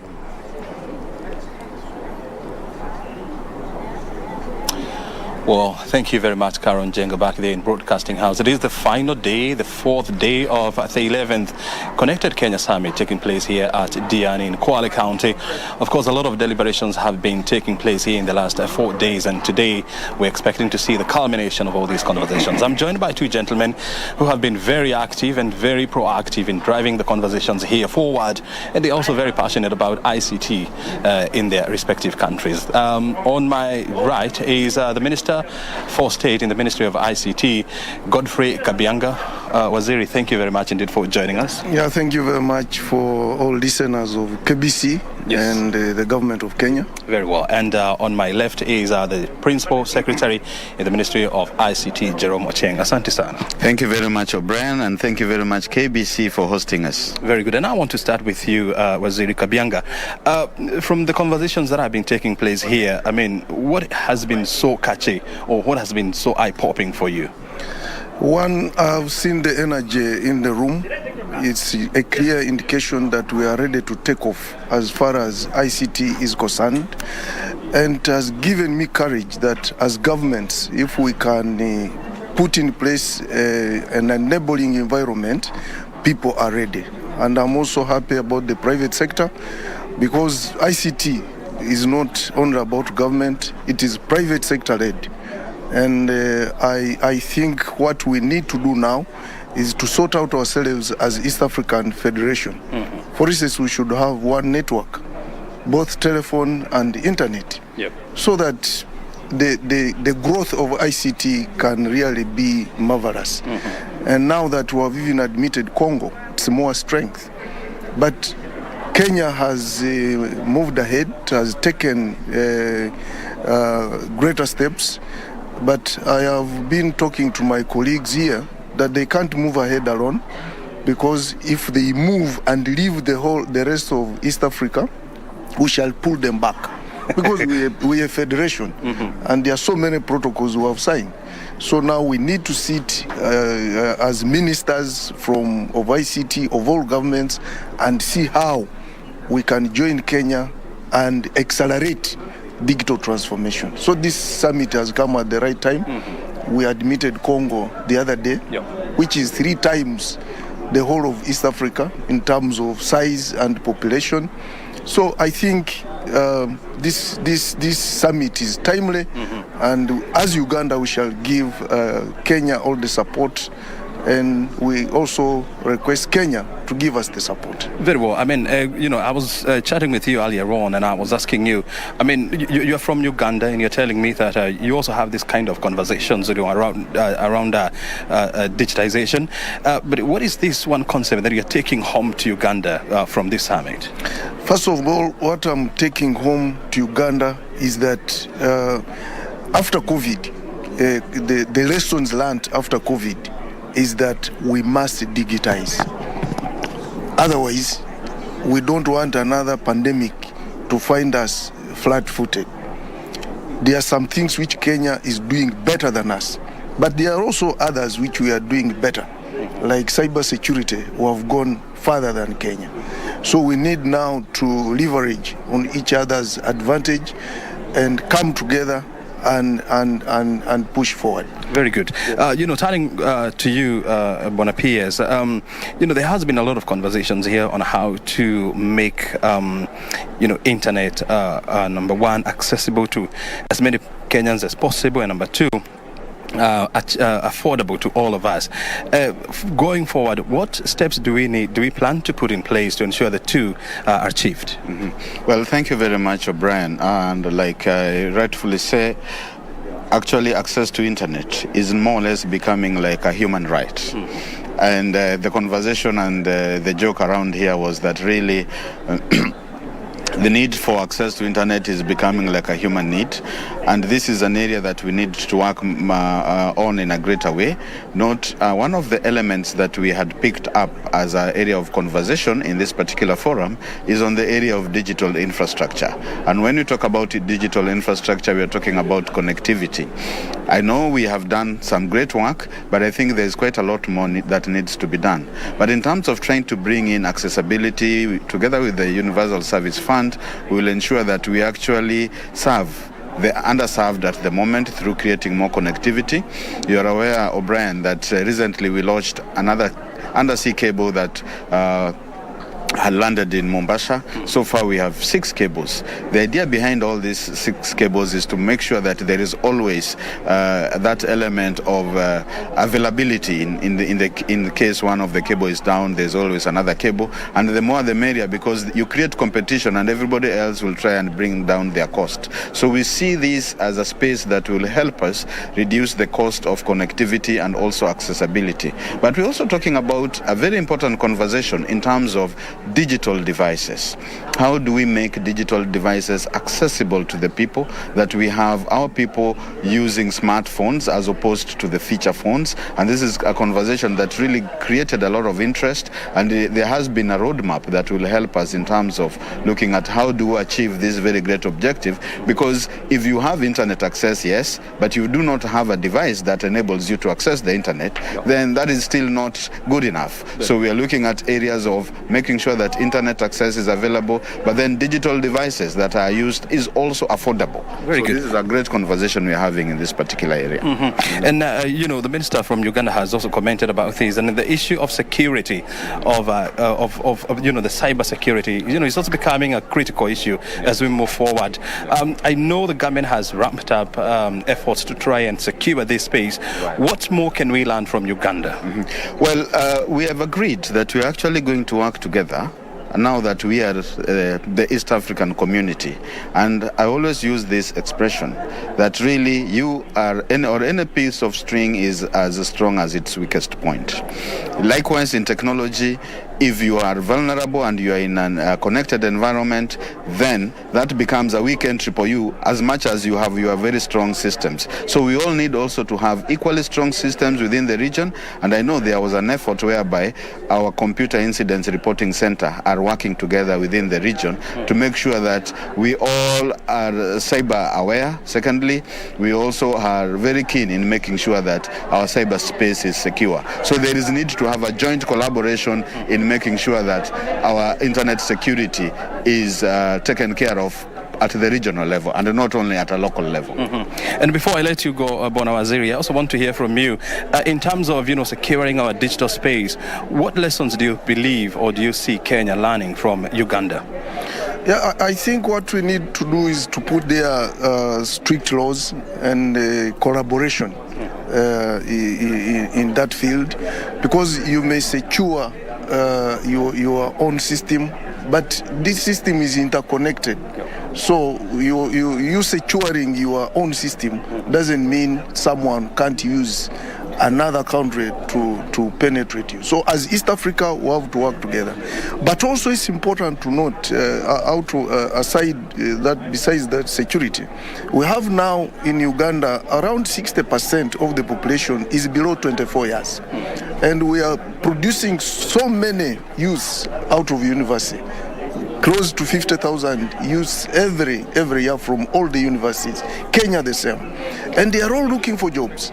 But we have seen now ICT is the best opportunity now to employ these youth through innovations, through business processing outsourcing, so that they can even work from here. They don't need even to go for, we call it cheo in Uganda, to Europe, to the Middle East. They can do those jobs here and to be even more profitable to work from here than going out. So we have to really improve our infrastructure, just as the PS has done, so that we create a very good environment. And we also need to work towards reducing the rates, mainly for internet and all other services, apart from the devices. Yeah. Gentlemen, thank you very much indeed for joining us. We'll keep on having these conversations going forward. Well, that's Godfrey Kabianga, the Minister for State in the Ministry of ICT from Uganda, and of course Jerome Ocheng, the PS in charge of the State Department of ICT. My name is O'Brien Kimani. Back to you, Broadcasting House in Nairobi.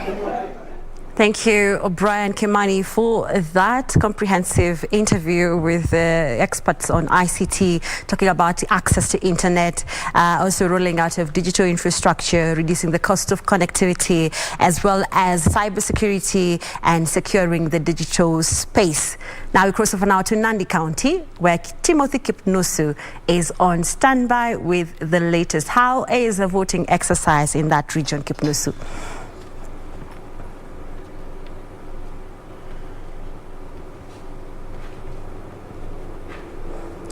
Well, Kipnusu will be linking with you up later on, but now continuing with our conversation on online safety with Nerima Wako, who is the Executive Director at CS Place. And we left off, or rather we pick up from about legal system to give guidance on how such cases should be handled. Is there any legal? Yeah. Yes, there are laws that exist. There's the Computer Misconduct Act and also the cyberbullying, I think, Cyber Crimes Act. So the Cyber Crimes Act also exists, but the issue is it's very difficult to charge somebody because we have a constitution that permits you to have the freedom of speech and expression. And so it comes to where is it hate speech and where is it freedom of speech as well.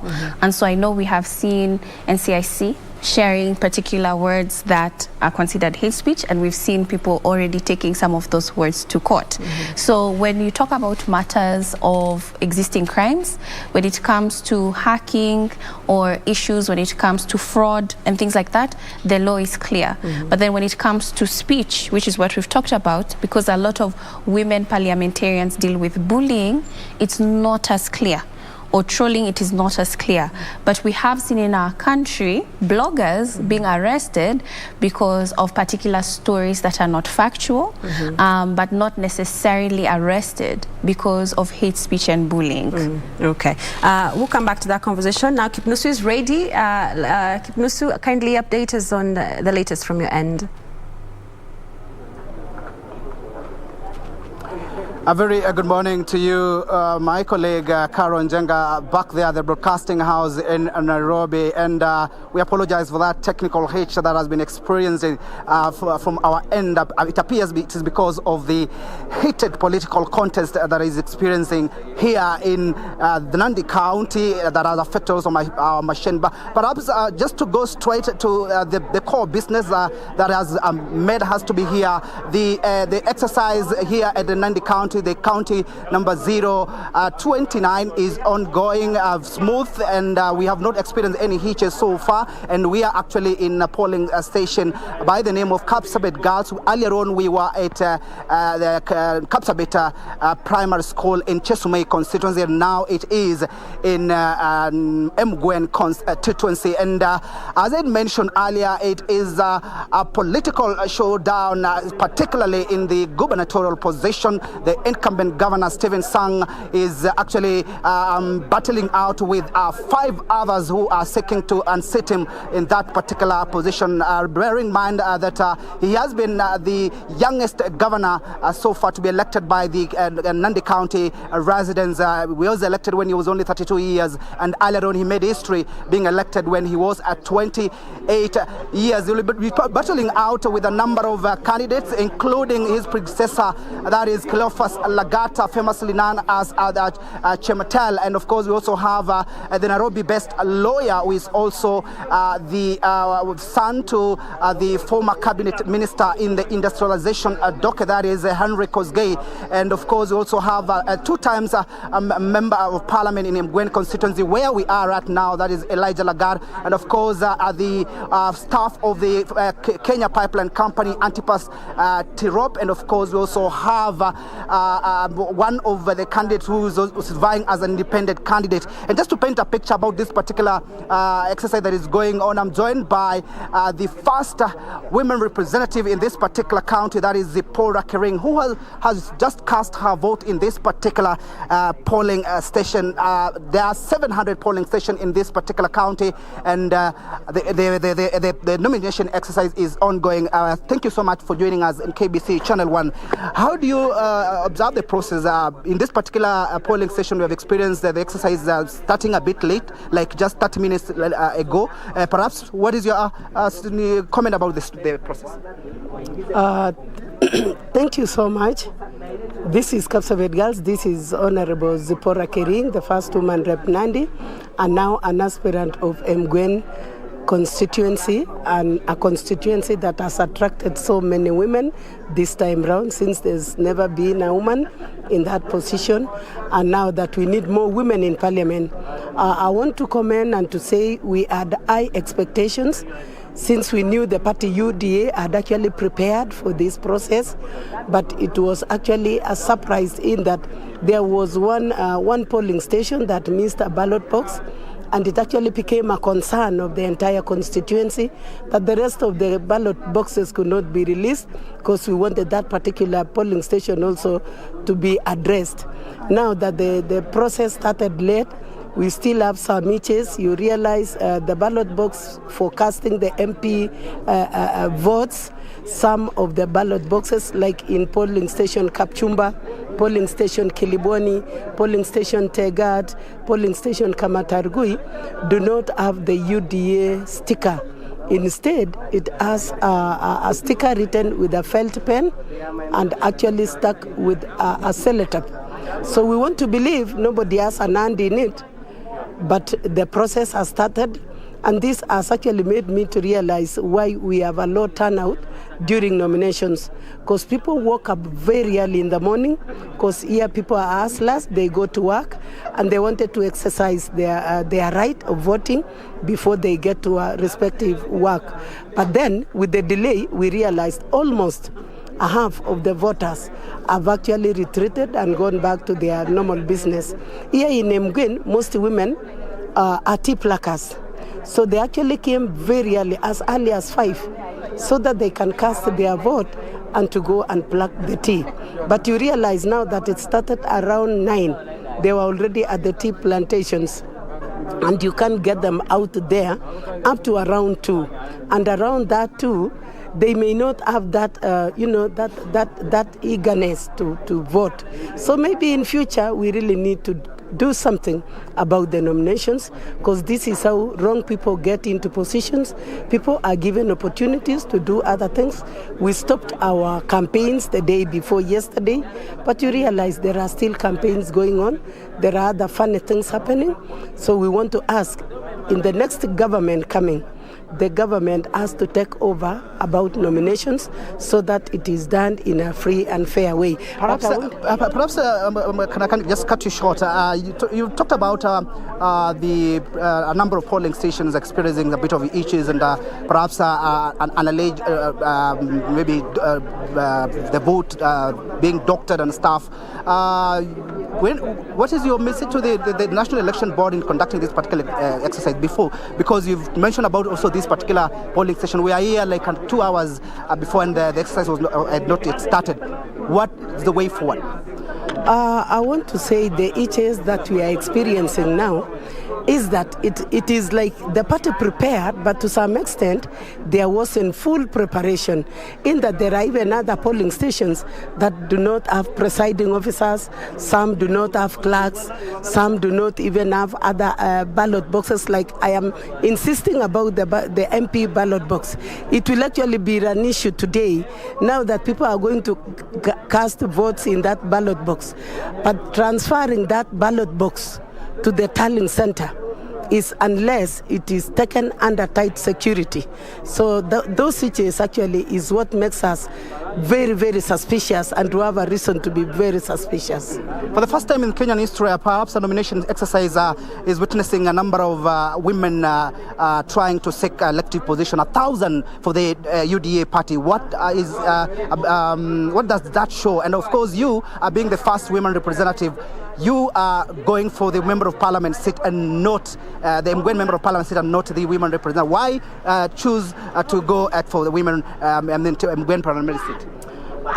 Thank you so much. Like, just to say that I was actually the first woman rep in Nandi.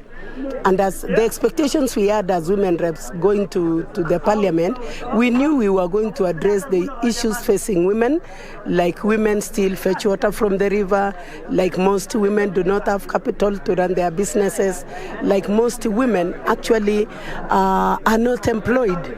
But it didn't happen like that, because when we reached parliament, it looks like it was the law that they wanted to satisfy the law.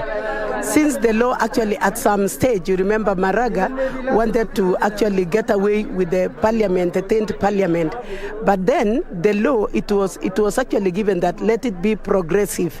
So for the 47 women that we were given slots to fight for, we realized we were not actually being given the slots of women rep to come and work for the women, but rather to actualize or to satisfy the law that women be in parliament.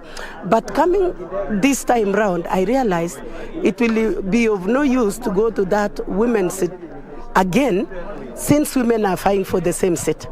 And now that I've had a lot of experience, I've had a lot of network, at least I can say I am an experienced politician. And at the back of my mind, I know we still need women in parliament to address the issues of women. So if now that I'm fighting for the seat of MP, and God, I know God is going to bless me and God is going to give me the seat. So we will have 2 women in Nandi, and given that in parliament there'll be more women, and we'll be able to address and even to vote for the bills that touches on women. Thank you so much. There you have it. That is Zipporah Kering, with the first women representative here in Nandi County, who is seeking to get the UDA ticket to fly in the Mgwen constituency. And as she has mentioned, she has lauded the UDA party for giving an opportunity to many women to vie for different positions. And of course, it is a wait-and-see situation how the exercise will pan out. And of course, we'll be going throughout all these particular places where the voting is going to take place, or is currently taking place. And as she has mentioned, and also I've mentioned, there's been some of the hitches that I've been experiencing in this particular county. A number of polling stations starting the exercise a bit late, but all the same, the exercise is continuing here in this particular constituency. That is Kapsabet Girls as polling center. Will be going across and update our viewer on what will be transpiring in this particular county. The source of a champion. From me, Timothy Kipnusu, I hand you back to studio, Njenga. Thank you, Kipnusu, for that update. Speaking to Zipporah, who is a woman representative aspirant under the UDA party, talking about how the process started and also how it is ongoing, saying the process started at 9 a.m., which was late, but either way, it is going to be completed by 5 p.m. Continuing with our conversation, you've had the Zipporah, that woman representative from Nandi, talking about the over 1,000 women who are vying for various seats. In 2017, we saw so many women did get backlashes, did get a lot of cyberbullying. What is being done right now to ensure that these women aspirants do not get the same kind of treatment they did in 2017 general elections? There are a number of people who have started particular hashtags, which people should support. One is Heshimu Dada, where if you see a woman is being harassed online, is to use that particular hashtag and shame the individuals who are insulting women. And we saw a very classic case when we saw Mama Ngina Kenyatta being bullied, basically, with some of that terminology that was used. That's hate speech. And women came out to the fore, and there was actually a demonstration around that. So not being quiet about the entire situation, but also when things cross the line, report. I know an example is Honorable Millie Mabona. She did have to report because there was someone perpetrating her online on her Facebook account. So you do have to go to the police and report such instances, especially if it's likely to lead toward instigating violence. So a lot of women politicians also have to deal with pseudo accounts where it's not you and someone is pretending to be you and putting you in very precarious situations. Okay. Do you think if the online space was safe, more women would be vying for various seat positions? Yeah? Yes. I am not even someone who is vying, but I'm in the political space a lot, and I get trolled. And it's a very hard thing to go through because it's actually painful to have people who don't know you insulting you constantly. And as we see young women entering politics a lot of them, from the first instance they are bullied, that completely demotivates them, and they leave politics alone. So if we make online spaces safer, we will have more women coming to the fore and engaging. And it should be safe for everybody, not just for women. Okay. As Siasa Place, are you lobbying maybe for the National Assembly to enact or revise or work on a legislation that targets technology-related violence? Yes, I believe that the government does need to do more. Like earlier when I mentioned, there's not much around cyberbullying. We don't really have policies around that. We do have on misinformation or fraud or hacking. So we are pushing for the government to recognize that there are certain levels of bullying that need to be taken more seriously, and not necessarily just utilizing that particular law or act to harass and bully bloggers. Because what happens is, you find bloggers end up being bullied into harassment or even arrested because of a particular story, which sometimes is actually factual. So we are pushing for the government to utilize this information. And there are a lot of organizations that are collecting data, just basically saying in the year 2022, these are the number of women who are bullied online, just so that we show, according to data, this is why we need to do much more to protect women. And then how then do we cultivate positive masculinity in the boy child or in the men so that they can nurture the gains of these women? It's all about the framing, because what we're talking about is respect. Everybody deserves respect in an online space. The same way what we are seeing online is what we see offline. If you see someone being beaten physically, what would you do about it? Even you as a young man, would you stand up and stop the situation even though you don't know them? Because that's not the right thing to do in terms of resolving conflict. Or would you sit back and watch a defenseless woman getting beaten? So we know in the physical world, we would do something about it. We wouldn't just watch people behave in a certain way, and there's repercussions for that. It should translate to the online world as well. When you're watching someone being bullied, don't just sit quiet and watch it happen. And young men need to realize that what's happening in the physical happens in the online as well. And once we have a safe space for women, it's a safe space for everybody. And you said that you are in partnership with KEWOPA, and also Google in terms of mitigating the impact of these online trolls and cyberbullying. Are there other partnerships that you are looking as Siasa Place to ensure that more women are on board and get to be educated and trained on cyberbullying and hacking? Yes, we are hoping to enter a partnership with AMWIC, which is the Association of Women in Media in Kenya, and that's also because the same happens to women journalists. I don't need to say that to you, Carol. I'm sure you know. And also in partnership with Dachawele DW, who has really been supportive in us training, especially student leaders. Because right now, look at UN, we have a female president, and she's likely to also receive a lot of backlash and bullying. So targeting young women who have a high following online, that can also include celebrities. We also see singers, socialites also receive the same amount of bullying. and looking at different partners and stakeholders and inviting those who might be interested in terms of even youth groups to say that this sort of bullying must end, and it can only end with us when we're at the forefront as young people. Okay. Earlier on, you did talk about the Cyber Crimes Act 2018, which outlaws abuse of people on social media. But then again, the implementation, has it been effective? It hasn't been, because it's very difficult to measure at what point is someone bullying you, which is what I talked about, because now someone doesn't have to like you. You can't force everybody to like one another. And if they're insulting you, at what point are you crossing their freedom of expression, which is in our Constitution, in the Bill of Rights, or are you allowing them to instigate violence on another person? So it hasn't been very clear. Though people have been able to use information from WhatsApp groups, Facebook, or even social media to report these instances to the police. A lot of times we do this because it could lead to violence. So you want to be able to have that evidence. Thank you so much. Nerima Waka, who is the Executive Director at Siasa Place, talking about online safety for women legislators and also some of the various partnerships they are having as Siasa Place to ensure that women are not trolled online and they are safe and secure on the online spaces. Now we cross over now to the presser that is ongoing with the Cabinet Secretary for Petroleum and Mining, that is Monica Juma. Let us hear what she has to say in regards to the fuel crisis. Confirm that the country has adequate stocks of petroleum and petroleum products. We have determined that some players have been holding this product, presumably and probably speculating that on this day of the month, the 14th, as you all know, price reviews will provide them with a cash windfall. This speculative behavior is not only a demonstration of bad faith, but in fact is insensitive to the mandate of the operators.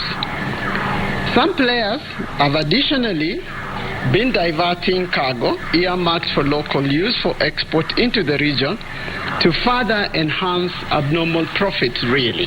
There has not been even a question of increased demand on the other side. It is therefore regrettable in many ways that we are in this situation, which we had hoped would self-correct because of the measures that we have been taking. That this has not been the case, we are forced to act in order not to plunge this nation into an energy crisis. Therefore, conscious of the above context, I wish to inform as follows. One, that this government will not tolerate any entity or person that is causing distress, either by creating an artificial problem or stress. And in this regard, I wish to indicate any entity that is not ready, that is not able, that is not willing to work within the framework of the laws of Kenya is invited to vacate this market promptly. The Energy and Petroleum Regulatory Authority, EPRA, has so far issued show cause letters to those OMCs that failed to meet the required minimum operational stock levels, thus resulting in stock outs at their respective retail stations. It is noteworthy that the energy minimum operational stock regulations of 2008 require the maintenance of a specific stock requirement that guarantees the country security of supply, and therefore it is criminal offense not to maintain such stock. It has also been noted that during the stress period, some oil marketing companies and retail station operators were offering petroleum for sale at prices above the published maximum price in breach of Section 99(1)(n) of the Petroleum Act of 2019. Consequently, EPRA has issued further show cause letters to all those companies and persons to all those companies and any other person, whoever is found in breach, I can assure you that we will take stern action against those persons and entities. The Ministry of Petroleum and Mining has filed the requisite complaints with the sector regulator, Competition Authority, and we have also approached state security agencies so that we can track and assess the level of culpability, if any. Let me make it clear here and now that we are going to follow this process to its logical conclusion. Kenyans have come from tough times, experiences the consequences of COVID-19. We are all trying to recover from its ravages, and we will not accept another layer of artificial constraints placed upon us. We will therefore go the full hog to bring all persons, all entities that are in breach of their licensing and operating guidelines to book, because we will not allow any disruption to the extent we have seen to this point. To place the country back to a path of normalcy, we have instituted the following measures. One, the ministry has I have sanctioned a process of reallocating the petroleum import capacity.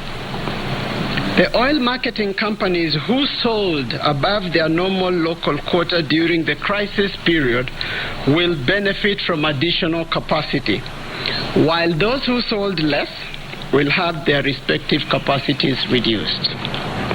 The rationalization of the petroleum import capacity sharing is aimed at creating a healthy balance between transit and local volumes.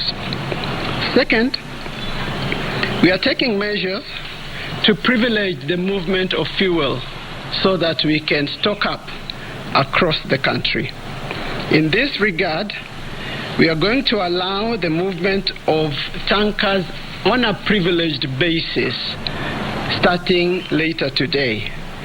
And we hope that we can do this in the next 72 hours to stabilize the supply across the country. The movement of the fuel will be strictly in fidelity with the approved dispatch and merit order to all oil marketing companies. In this regard, I'm also calling upon all the retailing outlets to operate on a 24-hour basis so that we do not have Kenyans waking up in the middle of the night to go and try to fuel.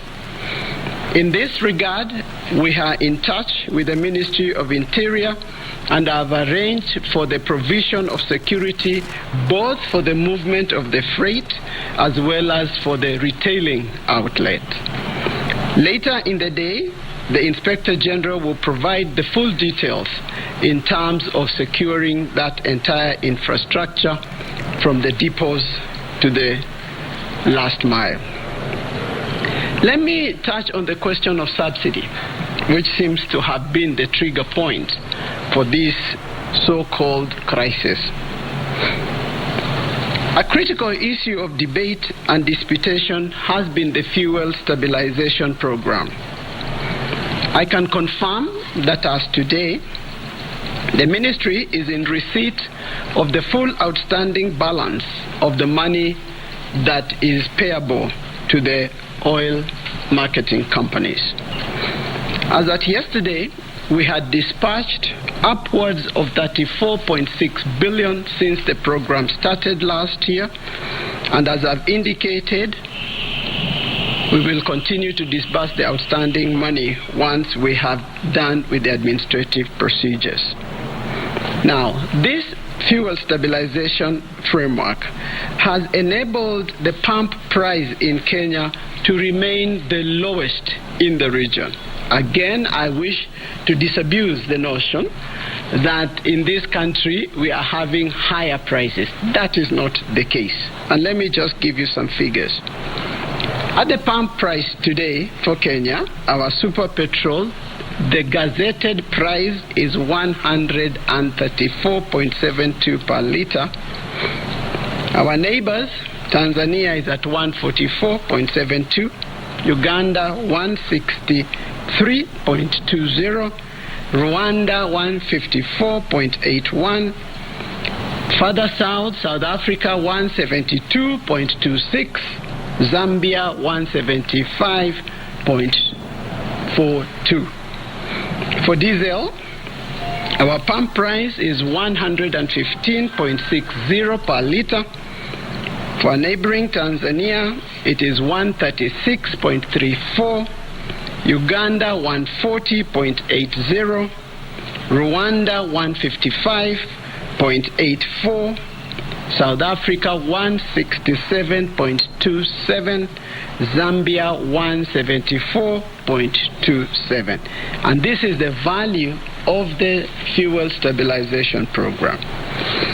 Even as IPRA, according to the law today, goes on in the review, in the consideration of the pricing review, I have no doubt that we shall still continue to have the cheapest pump prices across all the categories. And this because the government will continue implementing the petroleum pump price stabilization program in order to continue cushioning customers against the otherwise high pump prices. If we didn't do that, today a Kenyan would have to pay 175 Kenya shillings out of the pump. Some people have queried the essence of this program, and yet we have seen around the world that government must intervene when there is an absolute shock, as there has been, in order to ensure both security and affordability. And this is why we are doing this as an administration. I therefore urge the oil marketing companies, the retail stations, and consumers to also play their part.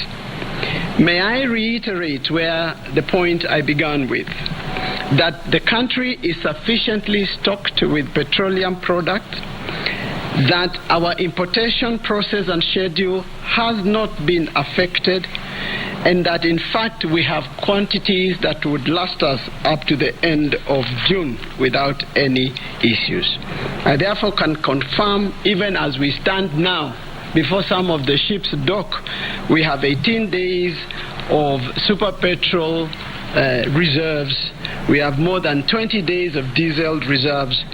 We have 11 days of dual-purpose kerosene in reserve. So there is no cause for panic whatsoever. That is why it is really disappointing that some actors chose self over the country and prioritized, in some cases, transit supply over local, thereby tilting the normal local to transit ratio, which should be 60 local, 40 transit. As a result, there has been the anxiety that we have witnessed, which should not take us into the Easter weekend. I urge Kenyans as well, as I did last week, to desist from making extra-normal bulk purchases of petroleum at this time. Let us await for the system to recalibrate and to normalize, since that increased demand creates a false constraint on the infrastructure, and it leads to disruptions. There is more than sufficient supply to meet our normal demand, and there can never be enough supply to meet hoarding. Please, there can never be enough supply to meet hoarding that we have witnessed in the last few days, and the anxiety. The government will not abdicate on its solemn duty to secure the nation and to bring anyone or any corporation that undermines our national interest to accountability. We must. As a medium-term intervention, because we are looking beyond this situation, we have commenced a process of ensuring that the National Oil Corporation of Kenya, NOC, assumes its rightful responsibility of taking up the right quota for strategic reserve to secure this country from hostage taking. We have seen that that is possible, and we must avoid it for the future. So I look forward to working along this path in the medium term. I reiterate that there is no need for panic, and I want to really wish every Kenyan normalcy. I believe that in the next 72 hours we should have returned to the normal supply and demand cycle, and I want to take this opportunity as well to wish all of us good, blessed Easter holidays, and I want to believe that the red light on anyone's fuel tank will not be blinking soon. I thank you for your kind attention.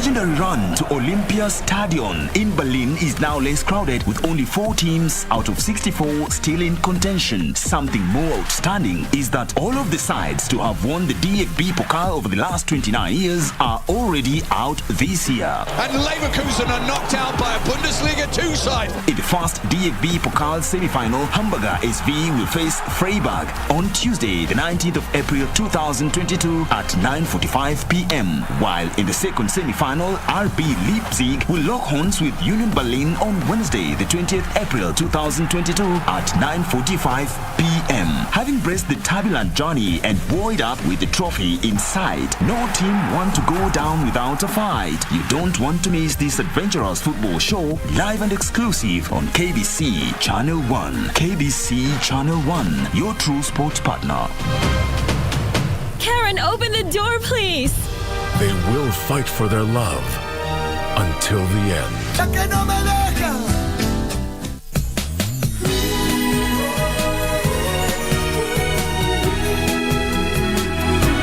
I've drafted the contract. You just need to sign it. Why?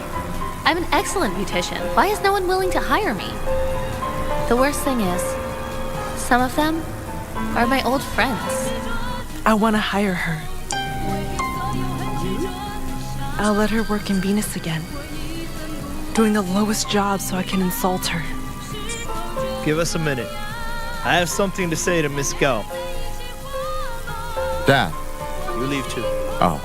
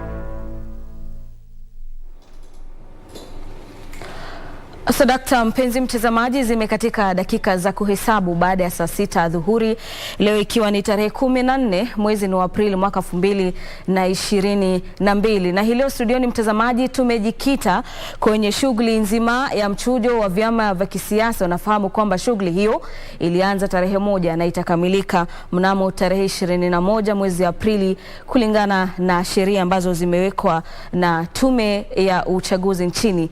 Mimi mtazamaji naitwa Gladys Mungai, na moja kwa moja tunazungumzia kuhusiana na mchujo wa masuala ya vyama vya kisiasa, na nikikurejesha nyuma kidogo mtazamaji, waziri wa masuala ya kawi anasema kwamba kuhusiana na masuala ambayo yamekumba idara ya petroli. Mtazamaji, mwelekezi wangu ananiarifu kwamba tuvuke huko tusikie zaidi waziri Monica Juma ana yapi.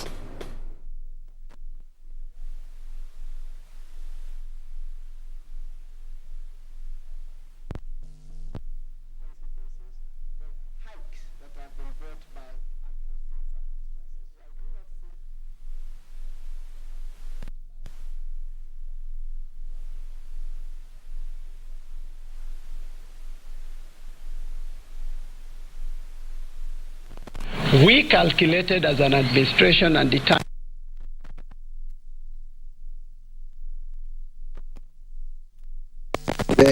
how much you have paid.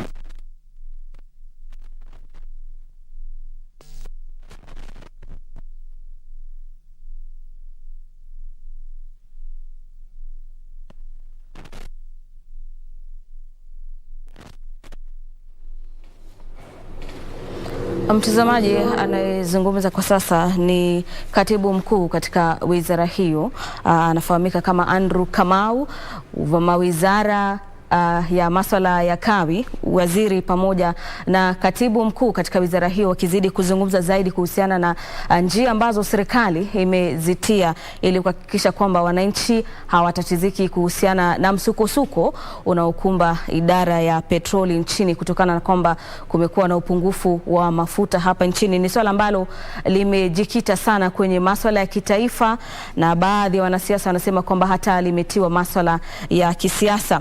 Mtazamaji, taarifa hii utakuwa unaipata kwa kirefu tu mwendo wa saa 7 na saa 1 na saa 3, ila tukirejea studioni tutakuwa tunamshirikisha aliyekuwa seneta wa kwanza wa kaunti ya Kirinyaga, Bwana Karaba. Karibu sana kwenye studio za KBC, na leo tukizungumzia masuala ya mchujo wa vyama vya kisiasa.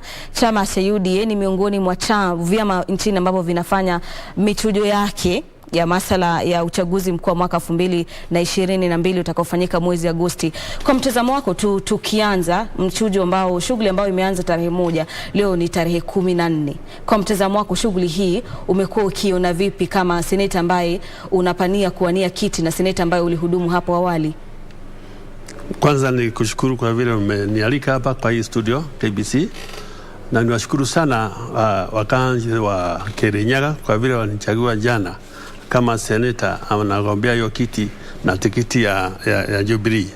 Niwashukuru sana kwa vile wanifanya hiyo kazi nzuri, na walianzia hii mambo ya uchaguzi ya chama ilianzia tarehe 1 vile nimesema, na imekuwa sasa kwetu ilikamilika jana. Hiyo ilikuwa muda tuseme kama wiki 2, na tulikuwa tumeweka kwa watu ambao walikuwa wakituchunguza na mambo mengi wamefanyika na imefanyika. So jana ndio ilikuwa the day hiyo results ambayo ilikuwa imekuwa released, and I was named as the best. Kando na chama cha Jubilee Senator, chama cha ODM, chama cha DP, chama cha UDA na vyama kadhalika ambavyo ni zaidi ya vyama 80 ambavyo vimekuwa vimesajiliwa na msajili wa vyama vya kisiasa, vyama hivyo vimekuwa vikifanya shughuli za kura za mchujo. Yeah. Kwa mtazamo wako shughuli hii imekuwa ikiendelea vipi? Hiyo ilikuwa ikiendelea bila tunakuwa tumejua kwa haki na transparency yote imekuwa hapo, na hakukuwa na maendeleo yote kwa vile hiyo ilihusu group kama 5 ama 6 kuangalia ni nani atachukua hiyo kiti ya tuseme kama senator.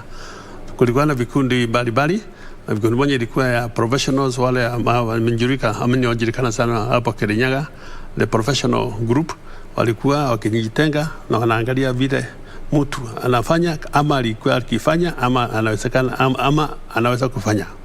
That is one. Hiyo ingine ilikuwa maoni ya watu, opinion poll ikafanyika, na hiyo ndio ilishinda hata hiyo. Na hiyo ingine ilikuwa ile tunasema ni NIS report, hiyo maoni ya serikali, na mwisho ilikuwa maoni ya watu wa pakia. Walichagua kutoka sublocation 132 sublocations, watatu wakachukuliwa kwa random, na siku ya Jumapili wakakusanya na wakapiga alipigia watu ambao walikuwa achaguliwe. Kwetu kulikuwa na governor, kulikuwa na kiti ya wanawake, hiyo women rep, na kiti ya senator, na kiti hata ya MP ilikuweko, hata ile ingine MC ilikuwa. So wale walikuwa wameitwa siku ya Jumapili, walikuwa wameulizwa andike jina moja ya kati ya hawa, waandike ni nani atakuwa governor, na wakati walikuwa akiandika hakujua ni nini walikuwa wameitiwa, waandike governor, senator, women rep, hiyo yote viti. Na hapo ndipo hata mimi nikachaguliwa nikawa namba 1. Naam, kongole kwa shughuli hiyo. Asante mtazamaji, wapo ndio mwanzo unajiunga nasi, unatazama kipindi cha Tamrini, na hii leo mada yetu imejikita kwenye shughuli nzima ya mchujo wa vyama vya kisiasa. Tuna wanahabari wetu kote nchini katika kaunti mbalimbali ambao wanafuatilia tu shughuli hii jinsi ambavyo imekuwa ikiendelezwa kwenye masuala ya mashinani. Seneta, kumekuwepo na lalama miongoni mwa wawaniaji mbalimbali kuhusiana na jinsi ambavyo shughuli hii inafanyika katika maeneo tofauti tofauti. Pengine jinsi ninavyosema kwamba kuna njia zaidi ya 3 ambazo zinatumika kuhakikisha kwamba chama kinaafikia kwamba kitampatia mtu mmoja tiketi na wala sio mtu mwingine. Pengine kwa mtazamo wako ni mbinu gani ni bora zaidi ili kuhakikisha kwamba zile lalama pia hazishuhudiwi sana? Bwana Bimongai, mimi nimechugulika kwa hiyo uchaguzi kama mara 2. 2013 nilikuwa nimechaguliwa, na nikachaguliwa kutoka kwa tunaitwa nomination, na nikashinda. Ya pili kulikuwa na ingine ya 2017 ambayo ilikuwa na matata sana, na mimi niliongea na nikapata na nikahusika na hiyo. Ilikuwa hiyo nomination ya miaka hiyo 2013 na 2017, na mimi niko na hakika kuambia ile niliona juzi ndio ilikuwa ya maana sana, kwa vile hakukuwa na mtu ambao alikuwa akilalamika compare na ile ingine ilikuwa ya 2017.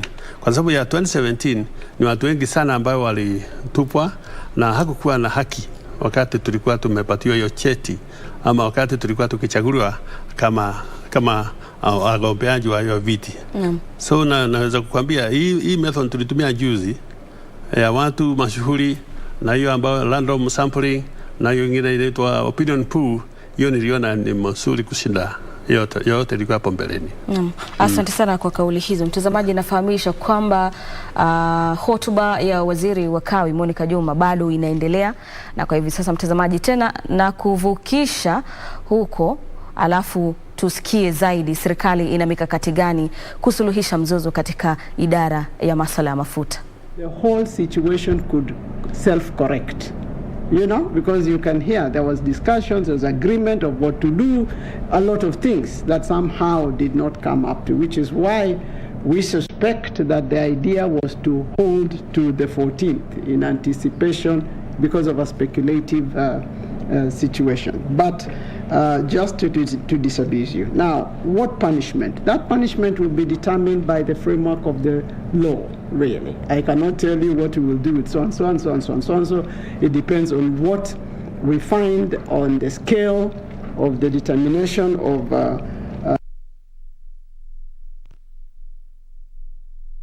the facts in hand, okay?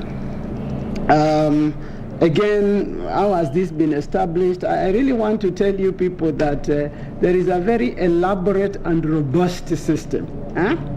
So the idea, there is no gaming here. There is no thumb sucking. You know, some people are saying, you know, even somebody this morning sent a message to me and say, we hear that some people have to side talk each other to be paid subsidy. There is nothing like that. So there is a really very elaborate system that we are following and that will continue to be followed. Now, on the observation of business daily about vigorous, I think every government should be very vigorous. So if you feel that we have acted quickly, it should be like that, and it will continue being like that. So watch this space, okay? Thanks, Waziri. Maybe I can take the question about the subsidy and when it started. Maybe I can correct you. The subsidy was, the Petroleum Development Levy, 5 shillings, was added in June 2020 and not September 2021. So it had been going on for more than a year before we started. It went through the normal parliamentary system, and then it became gazetted in June. So that's the first thing. So we were collecting the money way before we had to pay any kind of subsidy in April 2021. I mean, this is the kind of foresight that you need. I mean, there's been a lot of discussion, why don't you remove it? And then it will reduce the price. As the CS has said, the difference between the price that people should be paying and what they're actually paying is 30 shillings. The 5 shillings just does not cut it. So it's like an insurance plan. You keep paying a little bit. When you go to hospital, the insurance pays back what it was. So this is exactly what went on. So I think from a sustainable point of view, we cannot say that it will be 15 billion because we don't know what the oil prices will be tomorrow. And that's what the stabilization program is there about, is to cushion Kenyans against adverse price movement. We don't know what that could be, but we are here to do it. I think just a quick one on how do we know that companies were hoarding. KPC have constantly told us that there is oil in the tank, but you don't see it. You're queuing up for it. That in itself is self-evident that it's clearly not in the petrol station. So whoever owns it, because the government does not own a single liter of fuel, somebody has it and is not giving it to you. That is the classic definition of hoarding. It doesn't get simpler than that. So I think I'll ask the regulator to speak more about this. Thank you, PS. Members of the Fourth Estate, I just want to emphasize on 2 points. The first point is on the question of how do you know? And I think the PS has alluded to this. How do we know what stocks are in the country, at what particular time, and who owns title to that product? Mtazamaji, hizo ni hotuba mbalimbali kutoka kwa Wizara ya Kawi, ni kuhusiana na masuala ya uhaba wa mafuta, na kama wanavyosema mawaziri na makatibu wao ni kwamba serikali haitasita katika kuhakikisha kwamba huo mzozo umetatuliwa na hali ya kawaida imerejea hapa nchini. Studioni mtazamaji, tulikuwa tunazungumzia masuala ya mchujo wa vyama vya kisiasa kabla ya kuelekea katika Wizara ya masuala ya Kawi, na tunamshirikisha aliyekuwa seneta wa kwanza wa kaunti ya Kirinyaga. Seneta, tukiendelea na mahojiano yetu, tulikuwa tunazungumzia kuhusiana na masuala na mbinu tofauti ambazo zinahusika katika shughuli ya mchujo wa vyama vya kisiasa. Sasa tuzungumzie kuhusiana na jinsi idadi ya watu wanaojitokeza katika shughuli hii.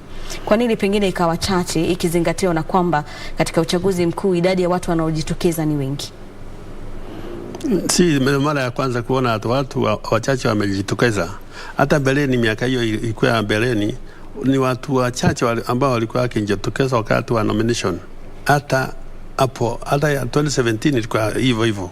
So ningesema ile hatua tumepika kama Jubilee, hiyo ndio nilionea ilikuwa mzuri, kwa sababu inachukua kama wiki 2 kuchagua ni nani ambaye atakuwa ameshinda. Hiyo siku moja, saa nyingine watu wamekuwa wameenda mambo yao, na saa nyingine sijui ni kwa nini Wakenya hawataki kunominate watu hawa. Lakini mbaya, wale wachache watachagua mtu, na kwa hiyo mtu si mzuri, watakaa na hiyo mtu mpaka miaka 5 iishe. If atachaguliwa 20 whichever the time we have election date. So ni vizuri watu wajitokeze, na niwauliza wajitokeze, achague hilo mtu ambao watachagua. Jubilee tayari imechagua mimi kama senator, na nitapambana na yule atachaguliwa leo. Naam.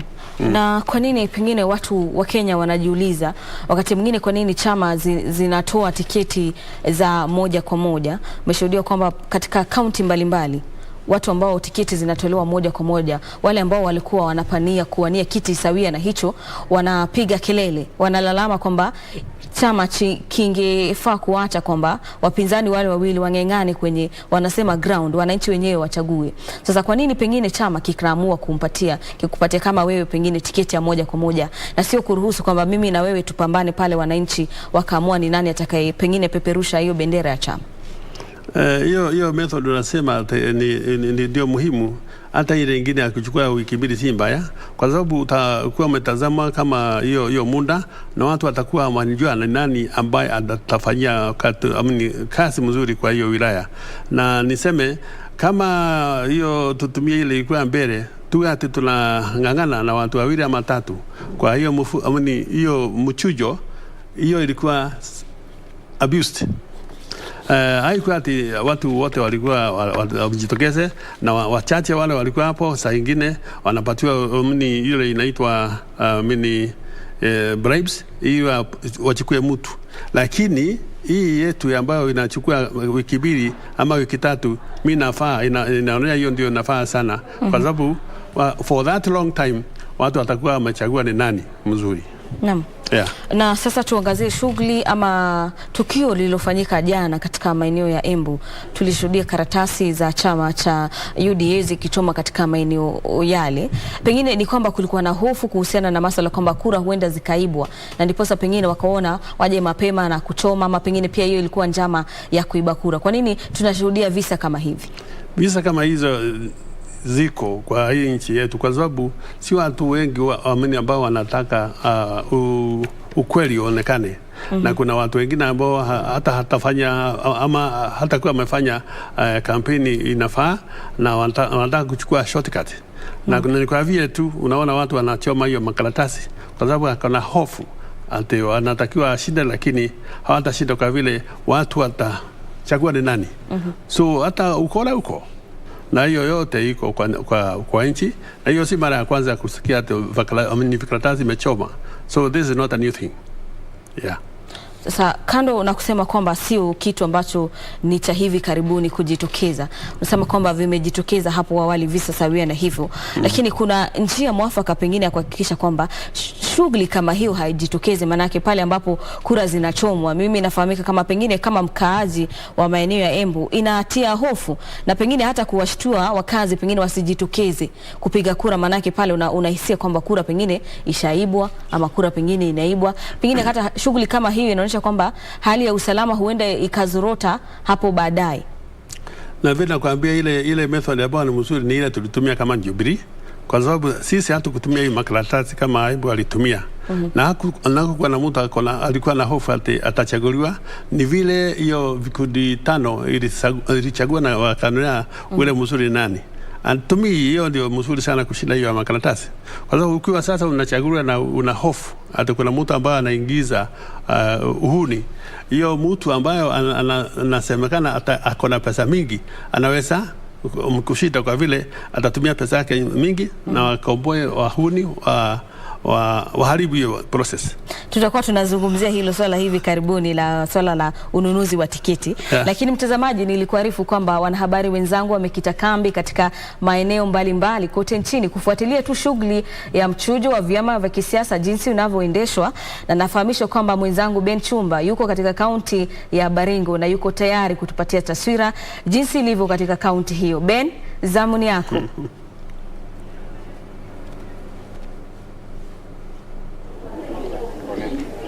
Asante sana mwenzangu Gladys Mungai, ukiwa makao makuu ya shirika la utangazaji nchini KBC hapo Nairobi. Ni kweli kwamba nimekita kambi katika kaunti ya Baringo angalau kufuatia shughuli ya uteuzi wa chama cha UDA na kuwapasha watazamaji wetu jinsi mambo yalivyo katika kaunti hii ya Baringo. Labda tu kwa kifupi ni kuarifu kwamba shughuli ya uteuzi wa chama cha UDA ulianza kung'oa nanga mwendo wa saa 1 kamili saa za Afrika Mashariki asubuhi, ambapo wenyeji walijitokeza katika maeneo mbalimbali ya kupigia kura anga kuweza kupiga kura kuona ikiwa wale ambao wanawaunga mkono kama viongozi watapewa nafasi ya kupeperusha bendera ya chama cha UDA katika uchaguzi wa mwezi Agosti tarehe 9. Kuna baadhi ya vituo vya kupigia kura ambavyo mwendo wa saa 4 tayari bado hawakuwa wamepokea vile vifaa vya kupigia kura, na kwa mujibu wa wale ambao wanasimamia shughuli hii ni kwamba hii ni kutokana na tatizo ya usafiri, kwa sababu kuna baadhi ya maeneo katika kaunti ya Baringo ambapo ni vigumu kufikia. Kwa hivyo wale maafisa ambao wanashughulikia usambazaji wa vifaa vya kupigia kura waliweza kukosa kufikisha vifaa hivyo kwa wakati ambao unafaa, lakini tayari watu walikuwa wamejitokeza katika maeneo mbalimbali. Hapa ninapozungumza ni eneo bunge la Eldama Ravine. Kaunti ya Baringo ina jumla ya maeneo bunge 6 na eneo bunge la Eldama Ravine ni eneo bunge ambalo lina idadi kubwa ya wapiga kura ikilinganishwa na maeneo bunge mengine 5, na ni vyema kufahamu kwamba eneo hili ama eneo bunge la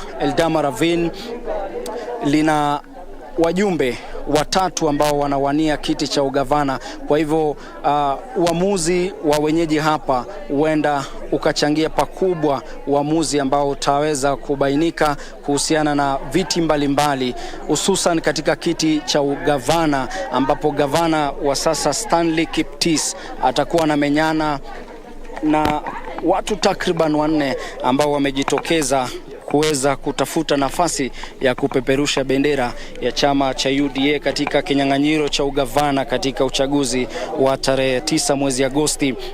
Stanley Kiptis ambaye ni gavana wa sasa alichaguliwa kwa tiketi ya chama cha Jubilee mwaka 2017 na hii leo basi anamenyana na Benjamin Cheboi ambaye awali alikuwa gavana wa kaunti ya Baringo. Kunao Moses Lesoneta ambaye ni mbunge wa eneo bunge la Eldama Ravine. Profesa Fred Sigor ambaye alikuwa katibu katika wizara ako pia mbioni hapa akijaribu kutafuta nafasi ya kupewa nafasi ya kuweza kupeperusha bendera ya chama cha UDA katika uchaguzi wa ugavana. Alafu kuna yule ambaye amejitokeza kwa mara ya kwanza katika kinyang'anyiro cha ugavana ambaye anafahamika kama Robert Chelagat.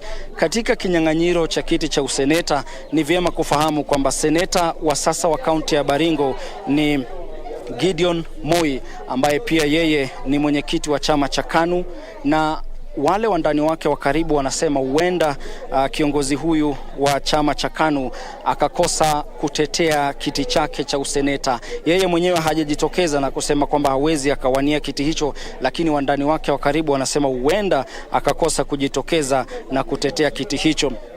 Na hivyo basi wengi wamejitokeza, takriban watu 5 wamejitokeza angalau kutafuta nafasi hiyo, akiwemo William Cheptumo ambaye kwa sasa ni mbunge wa Baringo North. Kunao Bishop Jackson Kosgei, kuna Silas Tochim ambaye ni mwakilishi wadi katika kaunti ya Baringo. Wengine ni kama Daniel Kipto na Isaiah Kipkoros. Katika kiti cha uwakilishi wa wanawake ni kiti ambacho kimelete hisia nyingi sana kwa wenyeji katika eneo la Baringo, huku ambaye kwa sasa anashikilia kiti hicho akiwa ni mwakilishi kutoka chama cha KANU ambaye ni Gladwell Cheruiyot Tungo. Yeye atakuwa anashiriki katika uchaguzi wa tarehe 9 mwezi Agosti kwa tiketi ya KANU, lakini hii leo takriban kina mama 4 wamejitosa ulingoni kumenyana kutafuta tiketi hiyo, ambao ni Florence Jematia ambaye ni mbunge wa Iala, kuna Susan Chesina, kuna Roda Bungei, kuna Nancy Chesire. Kwa kifupi tu ni kufahamishe mwenzangu Gladys ni kwamba kaunti ya Baringo ina maeneo bunge 6 na kwa jumla kulingana na kile sajili ya wapiga kura ya IBC iliyotumika mwaka 2017, Baringo ina jumla ya takriban wapiga kura 1232 ambao waliweza kujitokeza na kujisajili kama wapiga kura katika uchaguzi wa mwaka 2017.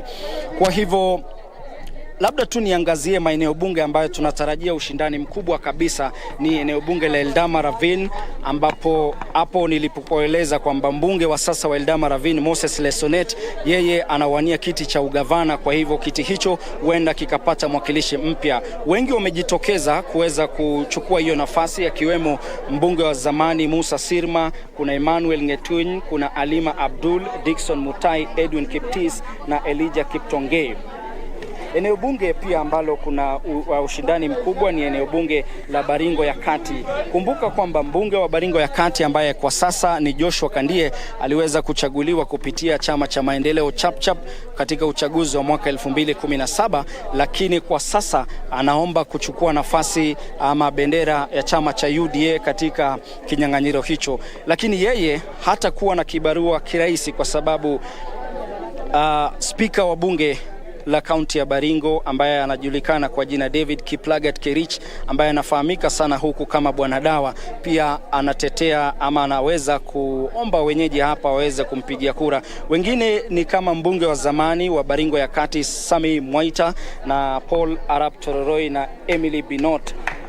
Naam, katika eneo bunge la Baringo North ambapo mwakilishi ama mbunge wa eneo hilo kwa sasa ni William Cheptumo, ni kwamba kinyang'anyiro pale kinatarajiwa kuwa kigumu sana, kwa sababu wale ambao wamejitokeza pale ni kama vile Sami Chelanga, Joseph Makila, Jonathan Tokei na Ruben Chepsongol.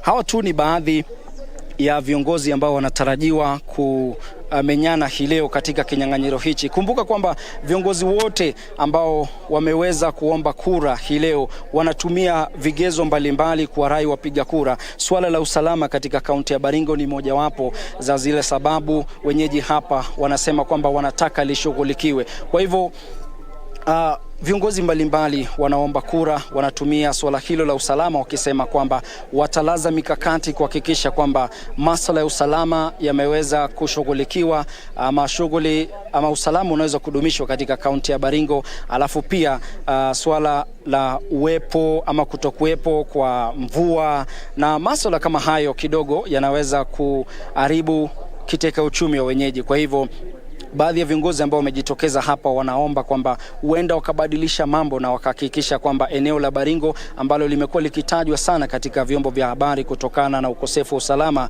utaweza kubadilika. Kwa hivyo ni hayo tumekuandalia kwa sasa, lakini shughuli ya upigaji kura inaendelea. Kama unavyoona, safu ni ndefu, wengi wamejitokeza, lakini bado kuna baadhi ya vituo vya kupigia kura ambapo shughuli si kwa wingi. Gavana wa sasa wa kaunti ya Baringo Stanley Kiptis bado hajapiga kura, lakini anatarajiwa kupiga kura yake wakati wowote katika eneo bunge hili la Eldama Ravine. Kwa hivyo mwenzangu Gladys, tutafuatilia matangazo haya ama shughuli hii ya uteuzi wa chama cha UDA kwa karibu sana na kuwapasha watazamaji wetu katika siku ama jinsi siku inavyozidi kusonga. Sina la ziada kutoka kwangu Ben Chumba, na rejesha kwako Gladys Mungai. Mchango safi kabisa kutoka kwa mwenzangu Ben Chumba kutoka kaunti ya Baringo, akizungumzia kuhusiana na taswira na jinsi upigaji kura unavyoendelea katika kaunti ya Baringo. Na mtazamaji, kama alivyosema, masuala ya usalama na masuala ya kiangazi yamejikita sana kama agenda kwenye kampeni katika eneo hilo. Ila mtazamaji, kwa sababu ya muda, nitakuuliza swali langu la mwisho kuhusiana na masuala ya ununuzi wa tiketi na jinsi ambavyo swala hilo lina hitilafiana na masuala ya demokrasia kwenye vyama. Kwa kifupi tu kwa sababu ya muda. Unasema ununuzi wa tiketi? Ununuzi wa tiketi. Ama kupatia watu tiketi. Tiketi pia kuna madai kwamba zinanunuliwa. Hiyo ni mbaya, ni criminal. Na wale watu ambao wananunua tiketi hao si wa demokrasia ya Kenya, wanatakiwa kuwa wachunguzwe, waone kwa nini wanafanya hivyo, kwa sababu hiyo si demokrasia. So I want to condemn that one also. And also unajua ile wakati wa kupiga hii kura ya mchujo, unasikia hata kwingine kuna hitilafu ya mvua, kuna barabara ni mbaya, na hata saa nyingine wanaweza kuwa hijacked na wakora wasienda wapige kura. So wakati sasa imekuwa spread for 2 weeks, all those problems will not be will not be there. And kwa vile sasa tunasema hii mchujo wetu kama hiyo rajobili ifanyika juzi kule Kericho, hiyo ndio mimi naonelea ni mzuri kushinda hata ile nyingine ya kupiga mchujo one day ama siku moja, kwa sababu hiyo siku huwa inakuwa na matatizo na ikiwa na matatizo mabaya, si watu wengine ambao watakuwa wakienda kupiga kura. Yeah. Asante sana kwa kauli zako Senator. Nasema asante sana kwa kutenga muda na kufika kutupatia kauli zako kuhusiana na mada hii. Mtazamaji, kwa sababu ya muda hatutaweza kuendelea na mahojiano haya, tutatenga muda zaidi manake tuna siku kadhaa kabla ya kukamilika kwa shughuli hii. Mtazamaji, kwa sababu ya muda, mimi naitwa Gladys Mungai na mpisha Nisi Mano kwenye kitengo cha Lunchtime News akujuze zaidi. Kumbuka kwamba pia utakuwa unapata kauli mbalimbali kutoka kwa wanahabari wenzangu ambao wamekita kambi katika zaidi ya kaunti 30 kukujuza kuhusiana na mchujo wa vyama jinsi unavyoendeshwa. Endelea kutazama.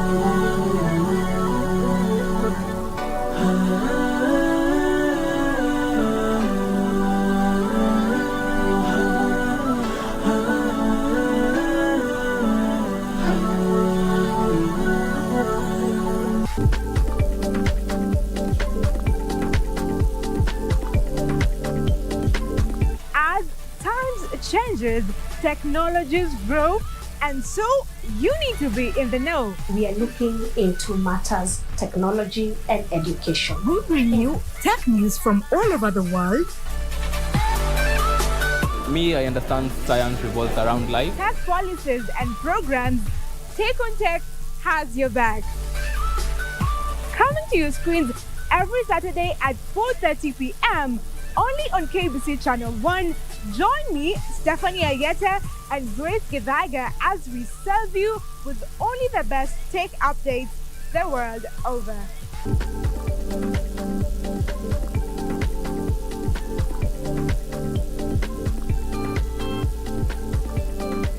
Mundos divididos por una sombra de traición. I'm sure you have the police hiding and waiting for me in the park, am I right? Leo?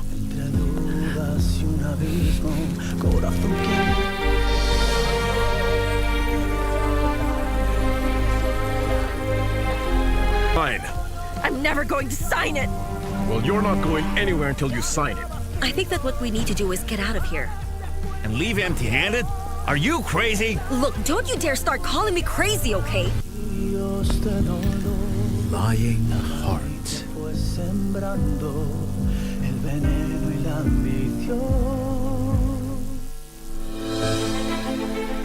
Are you an aspiring candidate in the upcoming general elections? Do you want your agenda and manifesto to reach your voters effectively? At KBC, we have the most comprehensive and credible online platform that has profiles of all prospective candidates. Log on to www.kbc.co.ke/2022 aspirants and let Kenyans know more about you, your past achievements, your manifesto, and your development agenda once you get elected to office.